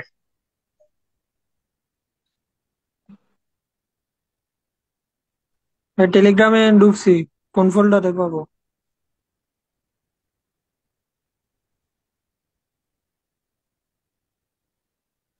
বাংলাদেশ ফোল্ডার আছে। দেখা যাচ্ছে না? প্রথম যেটা আছে ওইটা খেয়াল করেন ওখানে। এই মানে এই নোটটা অনেক সুন্দর করে সাজানো আছে এখানে, সবার অবদান গুলা দেওয়া আছে। পাঁচতলা ওই যে ওয়ারিং, এইখানে প্রথমত আপনার কি ছবিটা দেখা যাচ্ছে কিনা রেসপন্স করেন, নাহলে আমি কথাগুলো বলতে পারতাম। জি ভাই দেখা যাচ্ছে। তাহলে এখানে দেখেন প্রথম যে স্যার যেটা আছে, প্রথম গভর্নর, শেষ গভর্নর, প্রথম গভর্নর জেনারেল, শেষ গভর্নর জেনারেল, এগুলো একটু ওনার আবার শাসনামলের সালগুলা মনে রাখার দরকার নাই, অত কষ্ট করে সময় দেওয়ার দরকার নাই। কিন্তু প্রথম গভর্নর লর্ড লর্ড ক্লাইভ, শেষ গভর্নর হচ্ছে লর্ড ভাই ওয়ারেন আপনি হেস্টিংস, একটা এটা কথা লাগবে। বলেন, তাহলে এক মিনিট একটু দাঁড়ান। হ্যাঁ, সেটা হলো এই যে হ্যাঁ, ভারতবর্ষের এই যে ব্রিটিশ শাসনামল শুরু হয়েছে, একটা ইতিহাস আছে। মানে এগুলো ভারতবর্ষ থেকে বাংলায় কিভাবে আসলো, এটা অনেক বড় একটা ইতিহাস আছে। এগুলো ক্লাসে পড়া সম্ভব না। আপনার যদি জানার দরকার হয় তাহলে আপনার আমাকে মেনশন দিন, মানে গ্রুপে মেনশন দিন, আমি আপনাদেরকে লিখে লিখে সুন্দর করে বলে দিব। ঠিক আছে? মানে ক্লাসে এগুলো বলতে গেলে একটু আলাদা সময় লাগে, এগুলো পরীক্ষার জন্য গুরুত্বপূর্ণ না, কিন্তু বোঝার জন্য গুরুত্বপূর্ণ। বুঝতে পারছেন? তো কিভাবে আসলো, মানে ভারত থেকে, সারা বাংলা থেকে প্রথমে শুরু হয়েছে বাংলায়, বাংলায় থেকে সারা ভারতবর্ষে কিভাবে গেল, এটা একটা ইতিহাস আছে। যদি জানার ইচ্ছে থাকে তাহলে আমাকে মেনশন দিন গ্রুপে, ঠিক আছে? আচ্ছা, হ্যাঁ, ওইগুলো যদিও পরীক্ষার জন্য গুরুত্বপূর্ণ না, তবে যদি আপনি কনসেপ্ট ক্লিয়ার করার জন্য, বিস্তারিত জানার জন্য হইতে পারে, তখন ওগুলো জানা যেতে পারে আর কি। ভাই যেহেতু বলতে পারে সাথে যোগাযোগ করলে উনি বিস্তারিত বলে দিবে, বা বিভিন্ন সোর্স থেকে আপনি জানতে পারবেন। তবে পরীক্ষায় যতটুকু লাগবে আমরা যেহেতু সীমিত সময় এখানে অতটুকু বলার চেষ্টা করতেছি আর কি। আচ্ছা, এখানে দেখেন তাহলে গভর্নর, গভর্নর জেনারেল, এই তথ্যগুলো লাগবে, প্রথম শেষ এরকম দিও দিতে পারে। দেন শেষ ভাইসরয়কে লর্ড মাউন্ট ব্যাটেন, এটা অলরেডি পরীক্ষায় আসছেই। তারপরে সবার কিছু অবদানের কথা বললাম, দেখেন ওয়ারেন হেস্টিংস, কর্নওয়ালিস, ওয়েলসি, তারপরে এরকম যতজন আছে এখানে অনেকগুলা ছবি দিলাম, লিটন, মেও, রিপন, এদের সবার অবদান গুলা পরীক্ষায় আসবে। অবদান 5 তলা বন্দোবস্ত শুরু করছিল হচ্ছে হেস্টিংস, কিন্তু সেটা যদি আবার 10 তলা বলে তখন সেটা হবে আবার কর্নওয়ালিস। এই তথ্যগুলো এখানে মানে সুন্দর করে সাজানো আছে, এখান থেকে দেখতে পারেন। এই যে আমি যে ছবিগুলো দিলাম 4-5টা, এখান থেকে দেখবেন। আর আমরা যারা যে পিডিএফ থেকে করতেছিলাম ওখানে হচ্ছে বিস্তারিত আর একটু তথ্য দেওয়া আছে আর কি। এই যে এই তথ্যগুলো একটু লাইন বাই লাইন দেওয়া আছে, এখান থেকেও করে নিতে পারেন এগুলা। তাহলে যেটা বুঝতে পারছেন তো, মূলত এখান থেকে এগুলো হচ্ছে সব আপনার মুখস্থের কাজ। এখানে আশা করি আলাদা করে আর বলার কিছু নাই, যেটা বললাম এগুলো সব ধরে ধরে মুখস্থ করতে হবে। এই যে উপমহাদেশে প্রথম রাজস্ব বোর্ড স্থাপন করছে ওয়ারেন হেস্টিংস, তারপরে হচ্ছে দ্বৈত শাসন ব্যবস্থা বিলুপ্ত করছে ওয়ারেন হেস্টিংস, চালু করছিল কে বলেন তো? দ্বৈত ব্যবস্থা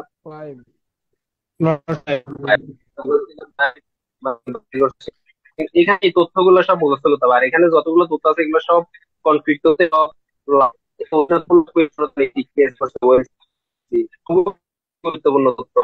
স্বাধীনতামূলক নেতৃত্ব নীতি এটা চালু করছে লর্ড ওয়েলসি। তো এইগুলো হচ্ছে সব মুখস্থ জিনিসপত্র, এগুলো আপনাদের মুখস্থ করতে হবে। সতীদাহ প্রথা এটা রহিত করছে লর্ড ব্যান্টিং। আচ্ছা, এখন যদি অপশন, আমরা যে সতীদাহ প্রথার যে বিষয়টা জানি, এটার জন্য আমাদের একজন সাহিত্যিক খুবই অবদান রাখছিল, রাজা কে বলেন রামমোহন তো? রায়। রাজা রামমোহন রায়। অপশনে রাজা রামমোহন রায় এবং ব্যান্টিং দুইটাই থাকলে আনসার কি হবে? বেন্টিক দিব আমরা। কারণ হচ্ছে উদ্যোগ নিয়েছিল উনি, ঠিক আছে, কিন্তু এটা বাস্তবায়ন রহিত করছে তোকে ব্যান্ডিং। তবে এখানে সালটা সহকারে মুখস্থ রাখবেন, 1829। 1829 এই সালটা পরীক্ষা অলরেডি আসছে। আমি যদি ভুল না করি তারিখটা সহকারে আসছে। 4 ডিসেম্বর। আর যদি তারিখ নাও আসে থাকে, সাল যেহেতু একবার আসছে, তো এটা সাল তারিখটা আমি শিখে রাখবো, যে কোনো সময় চলে আসতে পারে। এই যে এই তথ্যগুলো এভাবে শিখতে হবে।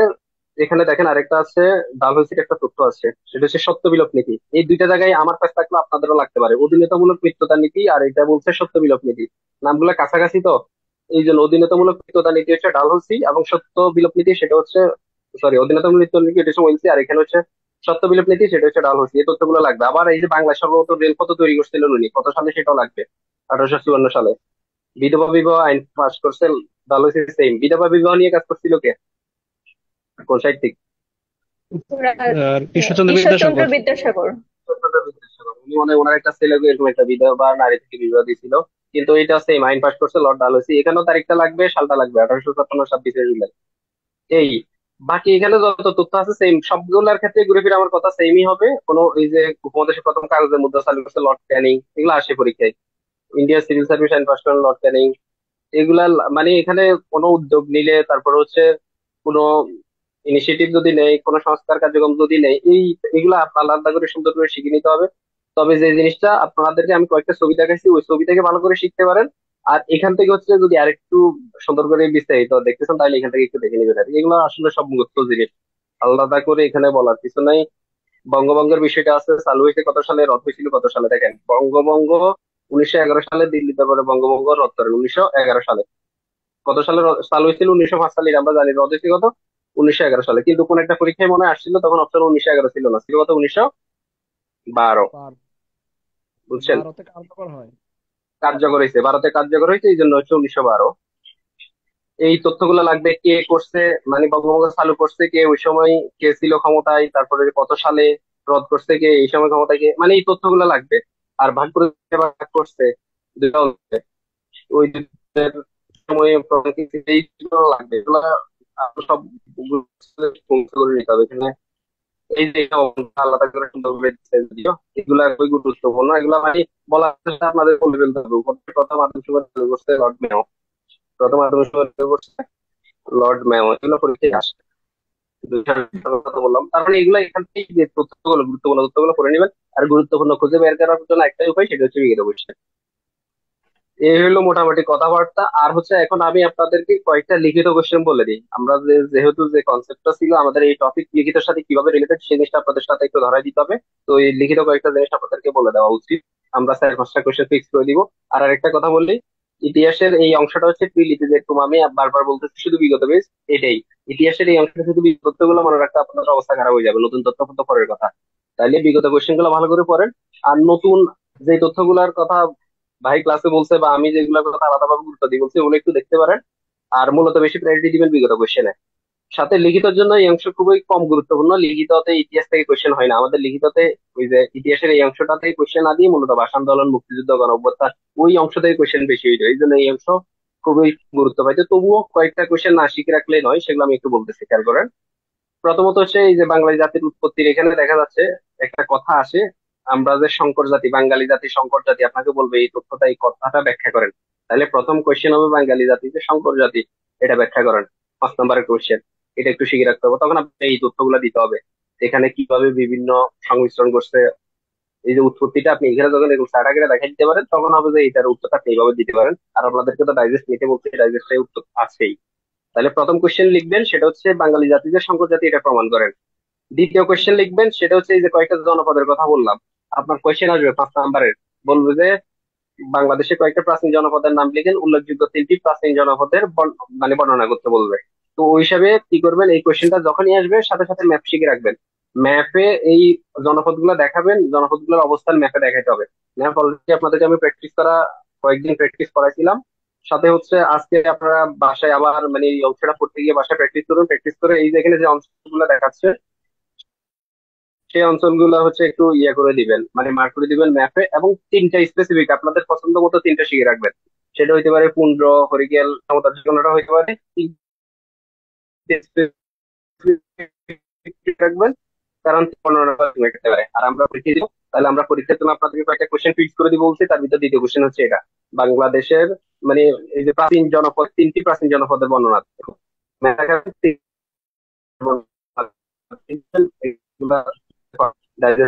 যখন আমরা আমাদের জানালে আমরা দিয়ে দিতে পারবো, সমস্যা নেই। তবে আপনাদের বুঝতে হবে যে একটা হলো শহর, যেমন কুমিল্লা, নোয়াখালী, এই লাইন রাখতাম কিভাবে? সমতল আমি পড়তাম সমকোণ, আমরা করি না সমকোণ। তো এখানে এই কথা আমি করছিলাম সমকোণ, সে ক এবং নয়, কু এবং নয়। পরিকল্পনা করতে হবে। থেকে এক দুইয়ের বেশি প্রশ্ন খুব একটা আসে না, কোনো কোনো বার আসেই না। যেমন 45-এ মনে হয় জনপদ থেকে কোনো মানে ইতিহাস থেকে কোনো প্রশ্নই আসে নাই। আমরা ইতিহাস পড়ছিলাম, কিন্তু 45-এ যা দেখি যে ইতিহাস থেকে কোনো প্রশ্নই নাই, একটা প্রশ্ন আসে নাই। মানে এতক্ষণ আমরা আমরা যেগুলো পড়াইলাম, জনপদ নিয়ে প্রশ্ন আছে কিন্তু ইতিহাস নিয়ে কোনো প্রশ্ন নাই। ব্রিটিশ শাসন বলেন, তার আগের যেগুলো মুঘল আছে, এগুলো কোনো প্রশ্ন নাই। সেগুলো আসতে পারে, নাও আসতে পারে, ম্যান্ডেটরি না। ঠিক আছে, কিন্তু জনপদ নিয়ে প্রশ্ন আসবে, এটা শিওর। এগুলো নিয়ে অত গুরুত্বপূর্ণ সিরিয়াস না যে যে মানে মুখস্থ করতেই হবে, যে ধরেন না পারলে ক্ষতি হয়ে যাবে, এরকম কিছু না। বিগত প্রশ্নগুলো পড়তে হবে, এটা বিগত প্রশ্ন মাস্ট পড়তে হবে। বাকি নতুন কিছু ভাবে যা বলছে ওইটুকু একটু দেখবেন, নতুন আর কিছু পড়ার দরকার নাই। ঠিক দরকার আছে, নেই। আর আপনি সবচেয়ে বড় যদি কথা, নতুন কিছু প্যারা দেয় নেওয়ার কেউ দরকার নেই। পারবে না, তাই ভাই সেটাই। নতুন বেশি কেউ নতুন পারবে হলে না, কেউই প্যারা পারবে নেওয়ার না। দরকার নেই। কোনো বাসায় পড়েন। এক মার্কের জন্য আপনার কিছু হবে না। ভাইয়া, রাজনৈতিক হ্যাঁ, পট বাসায় পড়েন। পরিবর্তন হওয়ার কারণে এই অংশটাকে একটু গুরুত্ব পাবে কিনা বলে মানে আপনারা মনে করেন? না, বুঝিনি আসলে ওইটার সাথে রিলেটেড না, না, মানে রাজনৈতিক পরিবর্তনের সাথে এই অংশ রিলেটেড না। মুক্তিযুদ্ধ, ভাষা আন্দোলন, রাজনৈতিক সংবিধান, পরিবর্তনের সাথে এগুলো। এটা একটু রিলেটেড হবে। এটা রিলেটেড না, ওরকম যদি থাকে ওইটা আমরা নিজ উদ্যোগে প্রাসঙ্গিক বলে দিব, এটা নিয়ে চিন্তার কিছু নাই। মানে পরিবর্তিত বাংলাদেশের বিষয় বিষয়াবলীর দিতে পারে ওরকম গুরুত্বপূর্ণ একটা। অধ্যায় হলো আপনার কোনটা, কোথায়, সেটা আগে বুঝতে হবে। আপনার সংবিধান পড়তে হবে, মাস্ট। সংবিধান পড়তে হবে, বাংলাদেশের 47 থেকে 71 এই ঘটনা প্রবাহগুলো খুবই গুরুত্বপূর্ণ, এখান থেকে বেশ কয়েকটা প্রশ্ন হবে। ঠিক আছে, তারপর ধরেন আপনার কৃষি থেকে প্রশ্ন হতে পারে, শিল্প থেকে প্রশ্ন হতে পারে। ঠিক আছে, তারপর বিভিন্ন ধরনের এই যে ধরেন ধরেন হলো সৌর বিদ্যুৎ, তারপর হলো আপনার বিভিন্ন ধরনের এখন যে হচ্ছে বায়ু বিদ্যুৎ কেন্দ্র। ঠিক আছে, বিদ্যুৎ বিদ্যুৎ কেন্দ্র, এগুলো নিয়ে প্রশ্ন হতে পারে। তো এগুলো টোটাল আপনার প্রায় আমরা এগুলো সেগুলো বলে দিব চ্যাপ্টার যেগুলো ওয়াইজ গেলে, গুরুত্বপূর্ণ বেশি। ওরকম আমরা পরিবর্তিত পরিস্থিতির সাথে জিনিসগুলো বলে দিব। হ্যাঁ, আর আমরা আমরা আমরা ক্লাস বলে দিব আজকে বলতে গেলে যেটা শেষ গুরুত্বপূর্ণ করছি, আর কিছু। ওনারা পড়াশোনা করুক। সমস্যা হলে ওটা আমরা তো আছি, ওখানে দেখাবে আর কি। ঠিক আছে, তাহলে সবাই ভালো থাকেন। পরবর্তী ক্লাসে, পরবর্তী পরীক্ষার জন্য প্রস্তুতি নিতে থাকেন। আমরা কোশ্চেন করে ফেলি, আপনারা পড়াশোনা করেন। সমস্যা হলে আমাদেরকে দেখাবেন, আমরা আছি সার্বক্ষণিক। আর ভালো থাকেন সমস্যা সবাই। থাকলে আল্লাহ আপনার হাফেজ। আপনারা মেসেঞ্জারে আমাদেরকে নক করুন, যেহেতু ক্লাসের লিমিট কম, যে কোনো সময় শেষ হয়ে যেতে পারে। যে কোনো প্রশ্ন থাকলে মেসেঞ্জারে নক করতে পারেন, আমরা আপনাদের উত্তর দিয়ে দিব। ঠিক আছে, আজকের ক্লাসের উপর। ওকে ভাইয়া, থ্যাংক আচ্ছা, ঠিক আছে, আল্লাহ হাফেজ। তাহলে আজকের জন্য এখানেই শেষ।